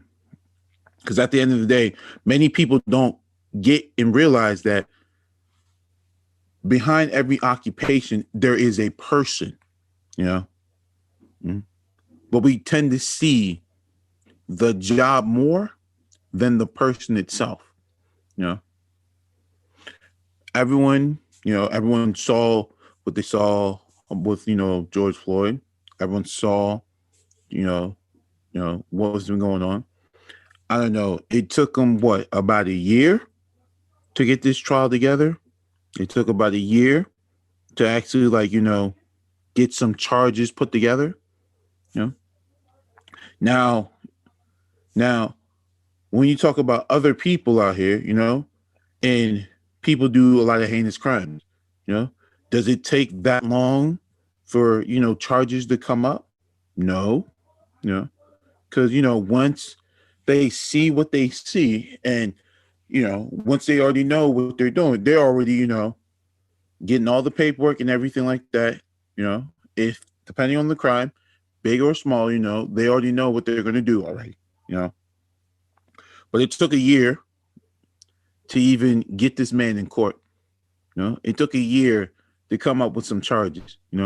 It took a full year to get where I would say where we're at. It took a full year. That itself should tell you how serious this case might be. This should tell you, there's going to be a lot of injustice that's about to happen. Because I haven't seen anything change in this same system of what they call justice. Because in my mind, I still think it's always going to be injustice. Because nothing has changed in this whole justice system. Nothing has changed, and excuse me, because we can look back all at other cases. I don't even want to go back to the Trayvon Martin one, but you can look back at other cases and you can see what many of the verdicts are and whatnot. The one thing I think I was interested was I saw a piece of it, something on online, but they showed, I think, was it George Floyd's, was it his girlfriend, that white lady who had the glasses and whatnot? Is that correct? Am I saying that correct? I'm not sure. I'm not because I did see something like that, and they, you know, and I could be wrong, but that is what I saw. But they basically labeled her, you know, as Floyd's girlfriend, and you know, they called him, you know, all different types, like, you know, he was a drunk, an addict, and things of that nature and whatnot, you know. But it's, you know, it's very interesting, you know, who they supposedly say this is the man's, like, girlfriend and whatnot. And I've seen that scenario happen every single time in court, you know, where there's a black brother, but yet he's dating a white woman and whatnot. So it's this whole parallel, you know, that black men only date white women, which is completely false. But I can't get with the program because it's still going to be the same thing at the end of the day. You know, I'm waiting at the end. So basically, not to say like, you know, oh, you know, I'm right because I already knew what the verdict is, you know, I'm not putting my time and energy into something that I feel and I know that the same system that's always been injustice has done nothing righteousness of justice. And I don't think it's going to change, you know, because it's not our system. And we keep trying to ask for justice in a system that we don't have much power and control of, you know. Facts. And that's the biggest thing at the end of the day. Mm-hmm. The biggest thing, you know, because we have no control. It's hard to call these verdicts. So, and it's very sick to see how a man supposedly on camera kills a man and whatnot, you know. It took a year to get where we're at, you know, to get him in court. A year. The man was an officer, you know, so he has a badge number. They know who he is. They know his precinct. Like, they know everything they need to know about this man, you know. They could have had other people come and arrest this man to even start something. It took a full year to get where we're at. So all I'm saying is, don't be shocked about the verdict, you know. They should basically take us this time to go study law so you guys can know what really goes on in those courtrooms. And I'm just ending it from there. Okay, thank you, sir. Mr. PAT, what say you, sir? Yeah, I mean, my thoughts pretty much align with E-Man. As far as the question, do we think justice will be served? My answer to that is no. Just a straight up no. It's not going to be served. Reason being is we don't live in a society of justice. Mm-hmm. We live in a society, we live in a system of injustice. Mm-hmm. White supremacy, which is a global phenomena. It is, and we're going to talk about here in the U.S. obviously, because that's where this thing is going on at. It's built on injustice towards Black people. There is no justice for Black people. The system, as E-Man stated already, it wasn't built for us. It wasn't designed for us. So will there be justice? No. I mean, if there is, if the verdict comes out to be what it should be, and there happens to be justice, great. We'll all be happy about it. Great. But to that question in and of itself, I'm gonna just say, no, there won't be any justice.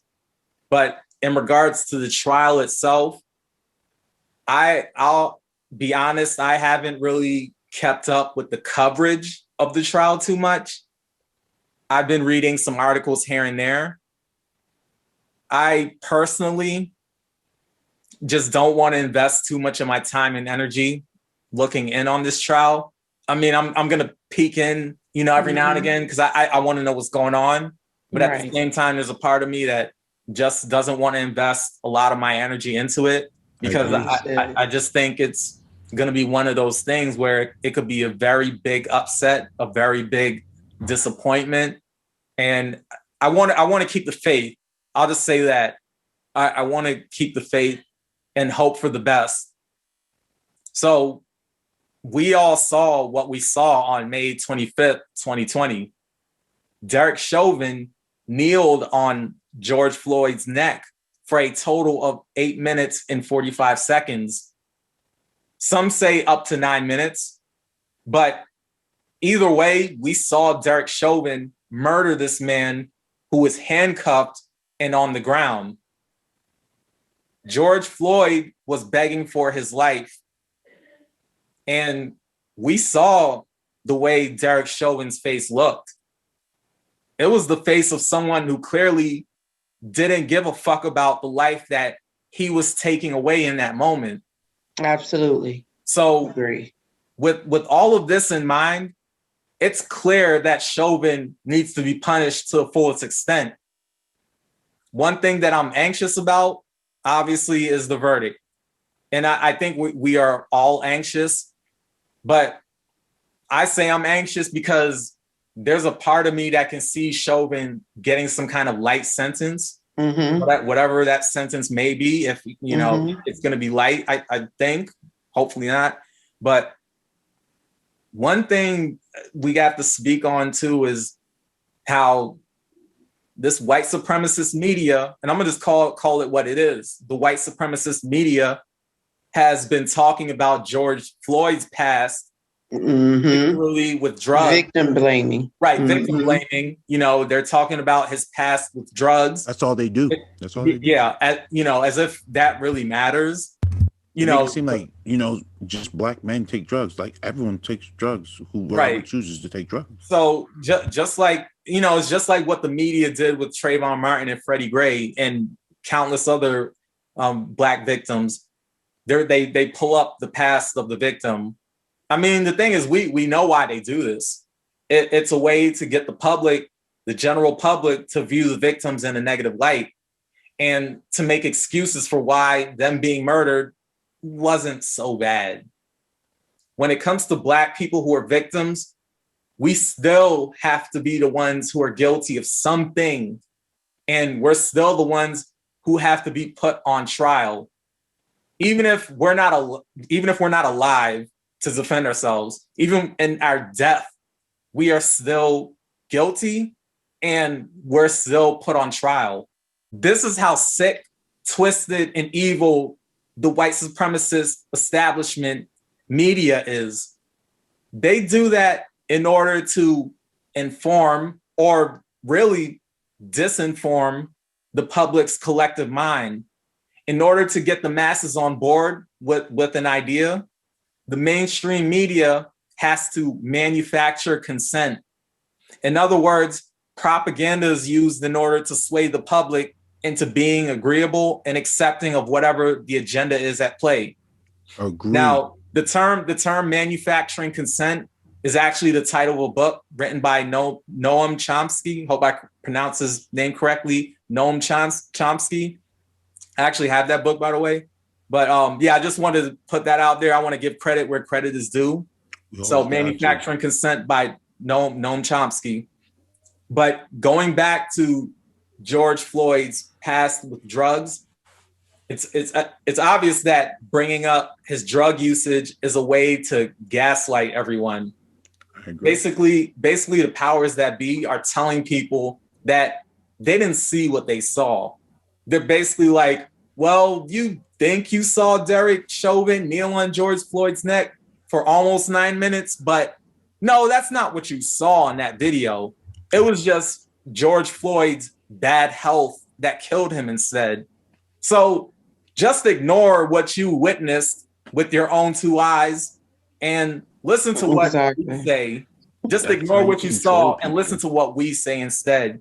It's one of those things where they're like, you don't need to think. Just let us do the thinking for you. I agree. That's pretty much what's going on. So, I mean, just to sum it up, because I don't have a whole spiel on this or a whole lot more to say, but I'm gonna just say that I think this trial is just it's unnerving, and I think it's unnerving for a lot of people out there in the Matrix. At least the people who are sane and function like civilized human beings. I mean, the thing is, we know what we saw on that video, and we know that the punishment needs to fit the crime. Even though we know that we live in a system of injustice towards Black people, there needs to be actual justice. Straight up, there just needs to be justice. So I understand that the system is going to do what it's going to do. The system is going to do what it's designed to do at the end of the day, but it needs to do something different. I'm gonna just put it like that. Did you do anything about that last year, that Black runner and whatnot, who supposedly got killed by that white dude because he was jogging and whatnot? Y'all remember that story? What? Who? I forget. I forget the dude's name. Oh, you're talking about Ahmaud Arbery? Yeah, that one right there. I don't think he got justice. Yeah, none of them really do. Yeah, no, I'm not sure that I want to say that the two men in the Ahmaud Arbery case were arrested and that they are in jail, but I don't know that their trials have actually occurred yet. I don't think so. I don't think so. Yeah. So this is going to be very simple for me. Will justice be served in this case?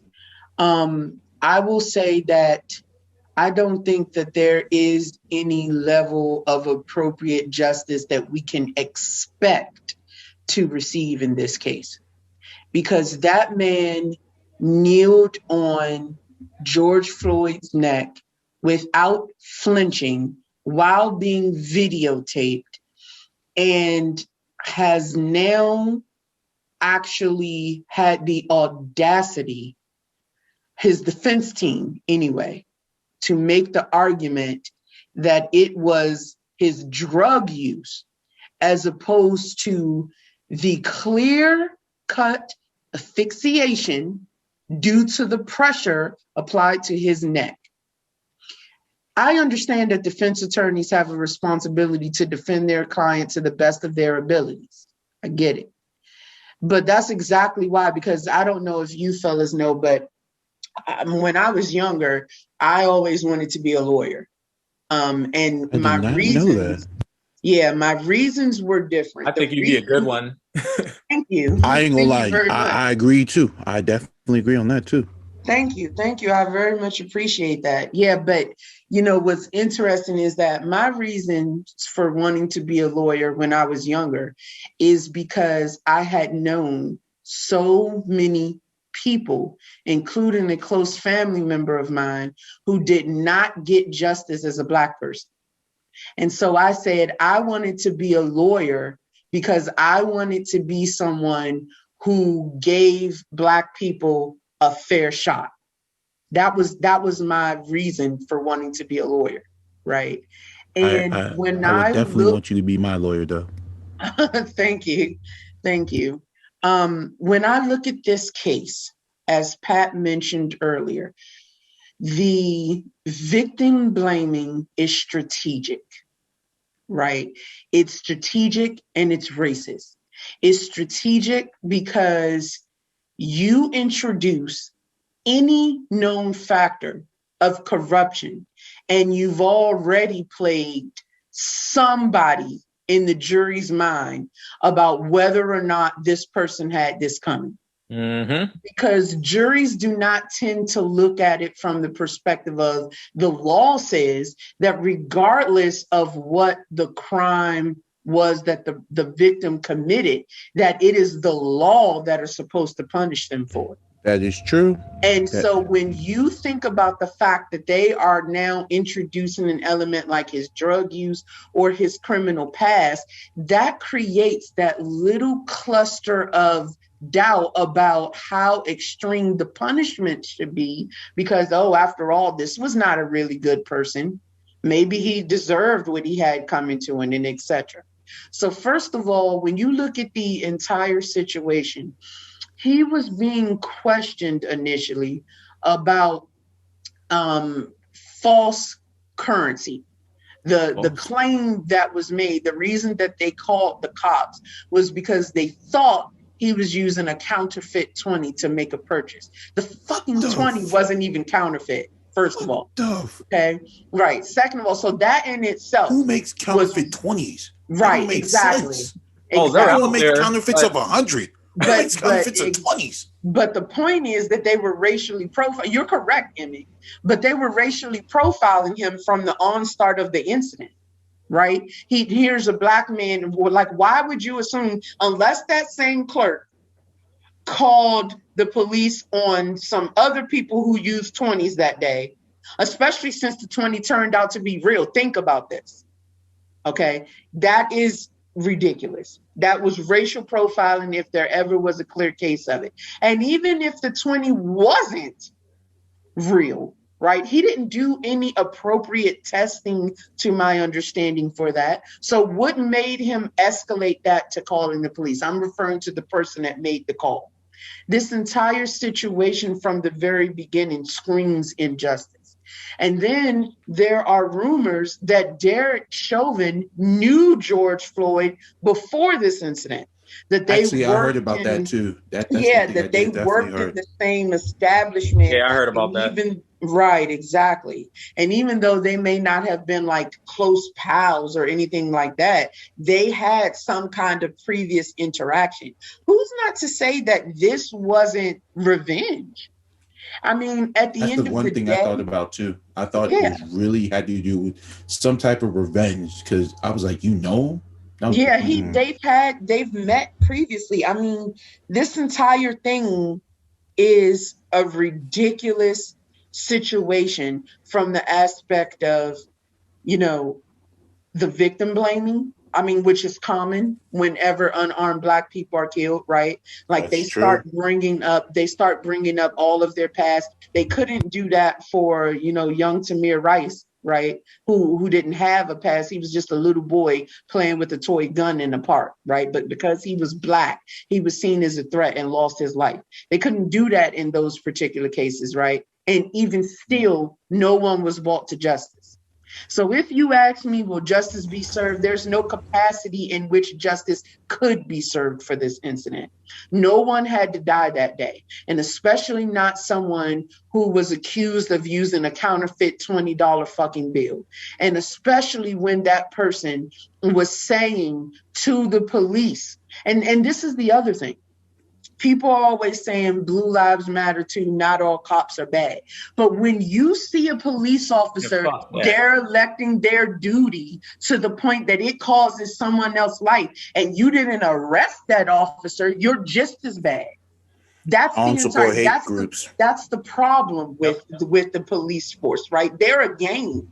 And I'm sorry, I'm not saying that all cops are out to kill all Black people and etc. That is actually true, by the way. At all. But when you're a police officer, you swore duty to protect and serve your constituents. Your constituents means everyone, even against other cops that you see doing wrong. So that's my problem with this situation. The only way justice could truly be served, if it wasn't just Derek Chauvin on trial, those other officers who were there and watched him place his knee on that man's neck, heard the victim saying he couldn't breathe, and didn't stop their fellow officer from continuing with that illegal ass move, they're guilty too. And actually, some of them were. I'm sorry, I didn't mean to cut you off. Real quick, I was just saying some of them were actually holding George Floyd down also. They were behind that. They were car. I saw every angle. Yeah. Because when it happened, when it happened, I was really researching this thing a lot, to the point where like I became like a very lazy bum on my couch. So they were all a part of it. Of them. It just seemed people got different angles. I got different camera angles. I saw time footage before, after, right? What happened afterwards, before they got there, after they got there, how they were following Floyd. Like I was like, yo, but supposedly, like the storefront, had all this footage, but yet it didn't come out until like months afterwards, after this thing happened. And I'm like, And there was also footage from witnesses. I mean, the reality of it is, like, this is a clear-cut case, right? This is a clear-cut case of, at minimum, at absolute minimum, this police officer also, again, committed involuntary manslaughter. If you say he didn't intend to kill him, he was just trying to keep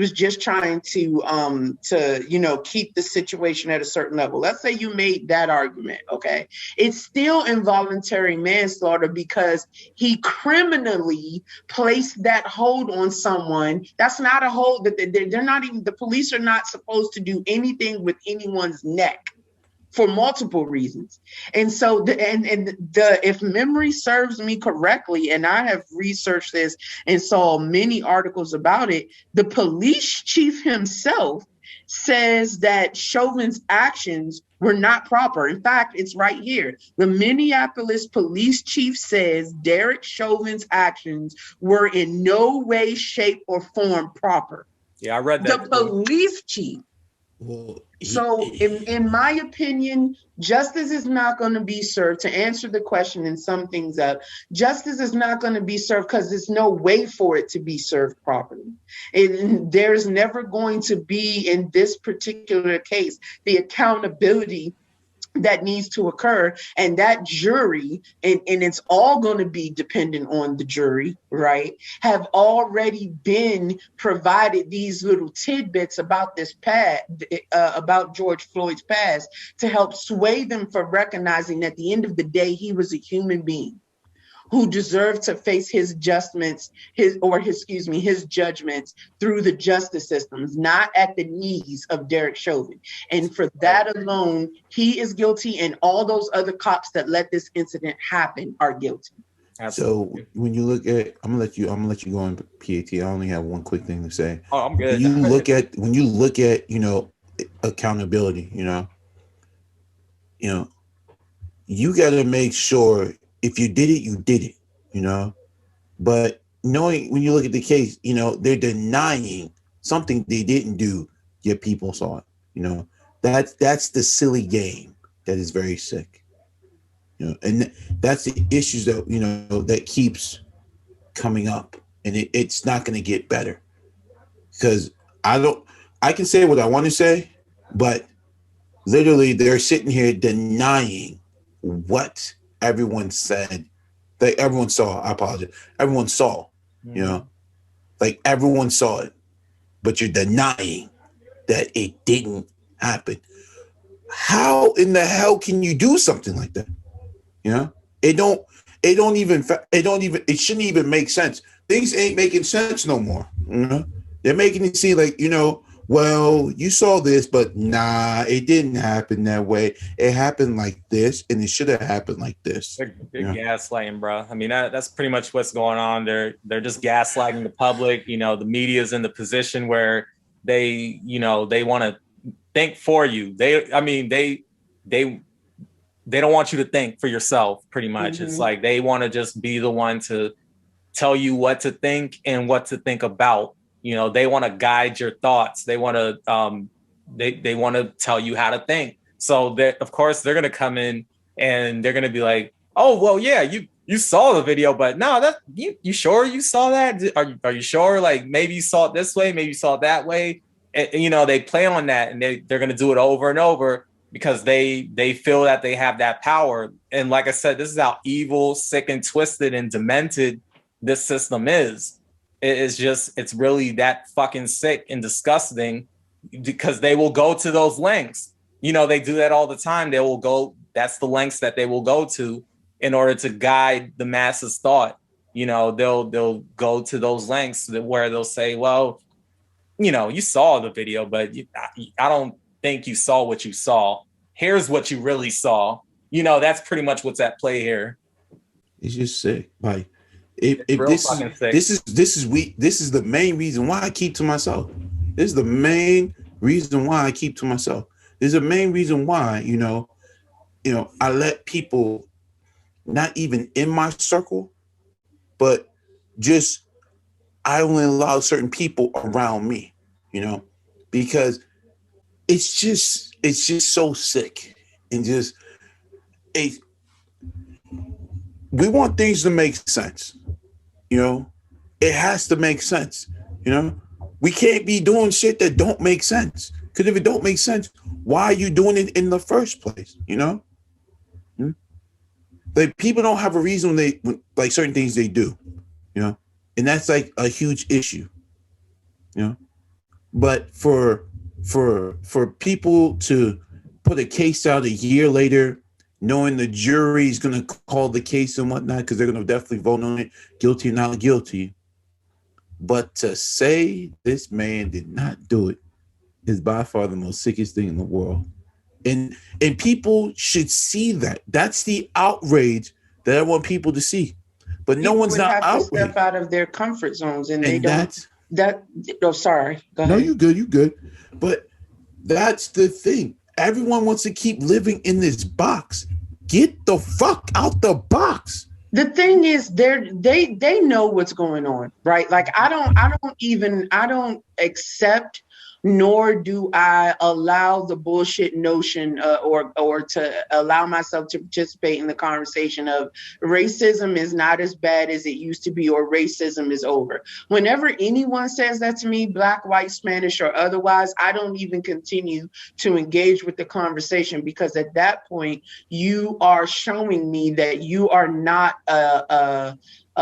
you're not, I don't want to say foe, because it's not that these people are my enemies, but you're not someone that I can have this conversation with on an appropriate level, because you and I aren't thinking on the same level. Right. Whenever we're in two different worlds. You're in a world where you're purposely keeping yourself in the shadows and in a box, and I'm in a world where I'm going to call you out on your shitty box. It's that simple. And the reality of it is, in this particular case and in this particular incident, we watched a murder occur. And instead of the appropriate actions being taken, which was Derek Chauvin being charged for murder quickly, not some months later, those officers who sat there and helped him and assisted or did not arrest him after the incident should have been brought up on charges. The jury being fed the incidents about about George Floyd's past. George Floyd is not on trial here. Derek Chauvin is on trial here. Yep. And the reality, that shouldn't have even been admissible information. The judge should have dismissed the ability for the defense to present any evidence whatsoever about George Floyd's past. That's not who's on trial. And the fact of the matter is, I do not see how justice can be served. Even if Chauvin gets a sentence of prison time, justice still won't be served, because all the appropriate parties who contributed to his death are not going to face justice. And I'll tell you this, what the world needs to be aware of is how the Black community, quote unquote, is going to act if that jury comes back not guilty. First of all, Minnesota's going to explode. We'll see, because like I told everybody, I'll see, because I'm gonna tell everybody this. My result after this thing is over, when they say not guilty, everybody gonna go back in their corner and just do the same thing. There'll be some uproar, though. There'll definitely be some uproar. Some protesting. When I tell everybody, when I want to see uproar, I want to see like the LA riots and whatnot. That's the type of uproar I need to see, Then I know we out here, we being real for true. That's when I know we back on our shit. But I mean, we still gotta approach this carefully and strategically. Mm-hmm. Agreed. We don't want to do anything that's gonna jeopardize us as a community. Agreed. So we, as best as we can, we gotta be as strategic and level-headed as possible, even though this is a situation where it's hard and exactly. emotions definitely can go high. Mm-hmm. But it's definitely one of those things where if that verdict comes up foul, it's gonna be a problem. I'm waiting. Yeah, agreed. I'm waiting. Exactly. I'm waiting. Exactly right. None of this system will never, because I told people I don't live in a box anymore. But this system has it I feel like this system will never change. Whether anybody can say it, like it or not, I feel like it's never going to change because there's I'm one hopeful. thing. I will say I'm hopeful. Not that I'm going to, invest per se that it is going to change. Like, I'm not saying it's definitely going to change, but again, we have come some way, right? Because, in 1940s, Derek Chauvin wouldn't have even been arrested. Right. That's true. Right. So we have to consider that we have come definitely away from where things were 50, 60 years ago for our ancestors to face. Right. But and I'm hopeful that things will continue to improve. But do I think we're close to justice being 100% equivalent? Absolutely not. Yeah. Nope. Well, just by going on that notion, but I would say the biggest thing that bothers me a lot is the whole redlining thing, how basically how communities split, whatnot. And this is not me going on a tangent. This is just me, just ending my thoughts of saying is like, if they can't even get redlining where we can all respectfully live equally, I can't look and see and feel hopeful, about how a justice system is still is injustice, because that is true. He wouldn't have gotten, he wouldn't have gotten, he wouldn't have gone on trial and whatnot. And even if he did go back on trial, if he does, he would still get a non-guilty verdict and still go back to his job and whatnot, Now they're allowing people to get, come on trial and everything, and we still get those non-guilty, verdicts. But, I'm just waiting to see because, I got the popcorn ready and I'm ready to see what's about to go down. That's all I got left to say. Yeah. Understood. And real quick before we go.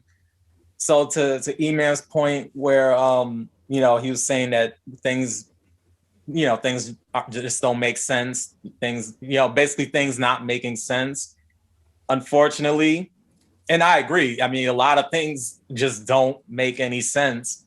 But unfortunately, we live in a society, we live in a world where there's a power structure and a dominant society, I'll just frame it like that is invested in a certain type of status quo.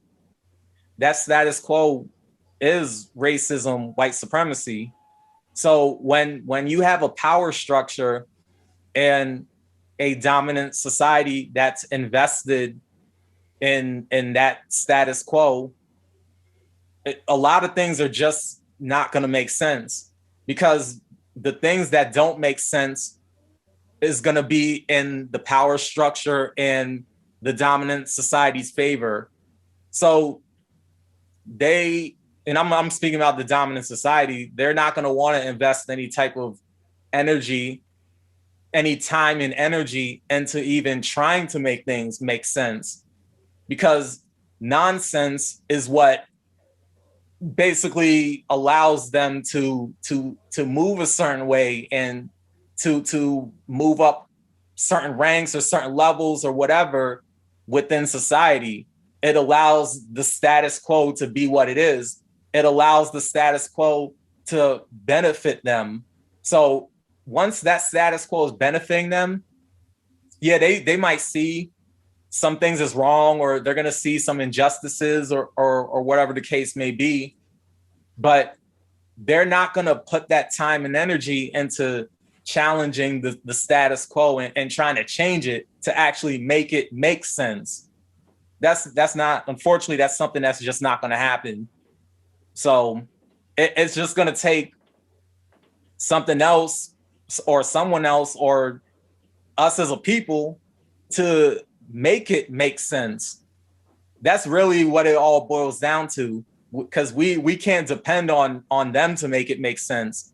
They're going to keep up with the nonsense and things not making sense. We are going to have to take it upon ourselves to make it make sense. that's really when things will change and change for the better, and when we will have a system of justice. So absolutely, that's absolutely. Well said, Pat. I think, Andy, man, I definitely agree with both of you all's points. I think in this particular case, we're all hoping for the right thing to be done, but unfortunately, we have, as a community, have had to accept, to expect anything, because this could go either way. Right. It could go that, justice to a certain extent is going to be served and this man gets the time he deserves for taking George Floyd's life. Or it could go that that jury finds him not guilty, which honestly and unfortunately, is my point, is not something that our community would be too shocked by at this point, because of how long we've dealt with such an unjust justice system. So let's hope for the best. We will, follow back up on this subject, possibly after the verdict, of course. And, I think this was definitely a very powerful session that we have here, guys. We talked about I agree. I think so. Yeah, some very important subjects to, our community as a whole. And, we thank the listeners for checking us out. As always, we ask that you subscribe on YouTube if you haven't. That's the best comment, way. and subscribe, please. Yes. Let's comment, subscribe, share, all that. Yes, all of that. all that. All that. Also, if you guys, all the listeners out there, if you haven't listened to our excellent session that we talked about the whole the what was it, it was the new Justice League movie, the 4-hour version. Yes, our favorite session. That is by far, I've re-listened to that session at least about 9 times, and if you guys haven't listened to it, please listen. Right. Yes, that we were all passionate on that one for sure. That was the dork in all of us. Yep. So all the nerds, the geeks, the all y'all listen to that one. Definitely check us out. Mr. PAT, please give them the info on your channel, sir. Yep, thepatchannel.com. Simple and plain, thepatchannel.com. I'm on Facebook, Twitter, Instagram, YouTube. Everything is there on that hub where you can just go on and you can follow, like, subscribe, all that good stuff. Thepatchannel.com. Excellent. Well, thank you to all of our listeners. We appreciate you here at The Good, the Bad, and the Truth. And until next time, peace. Peace.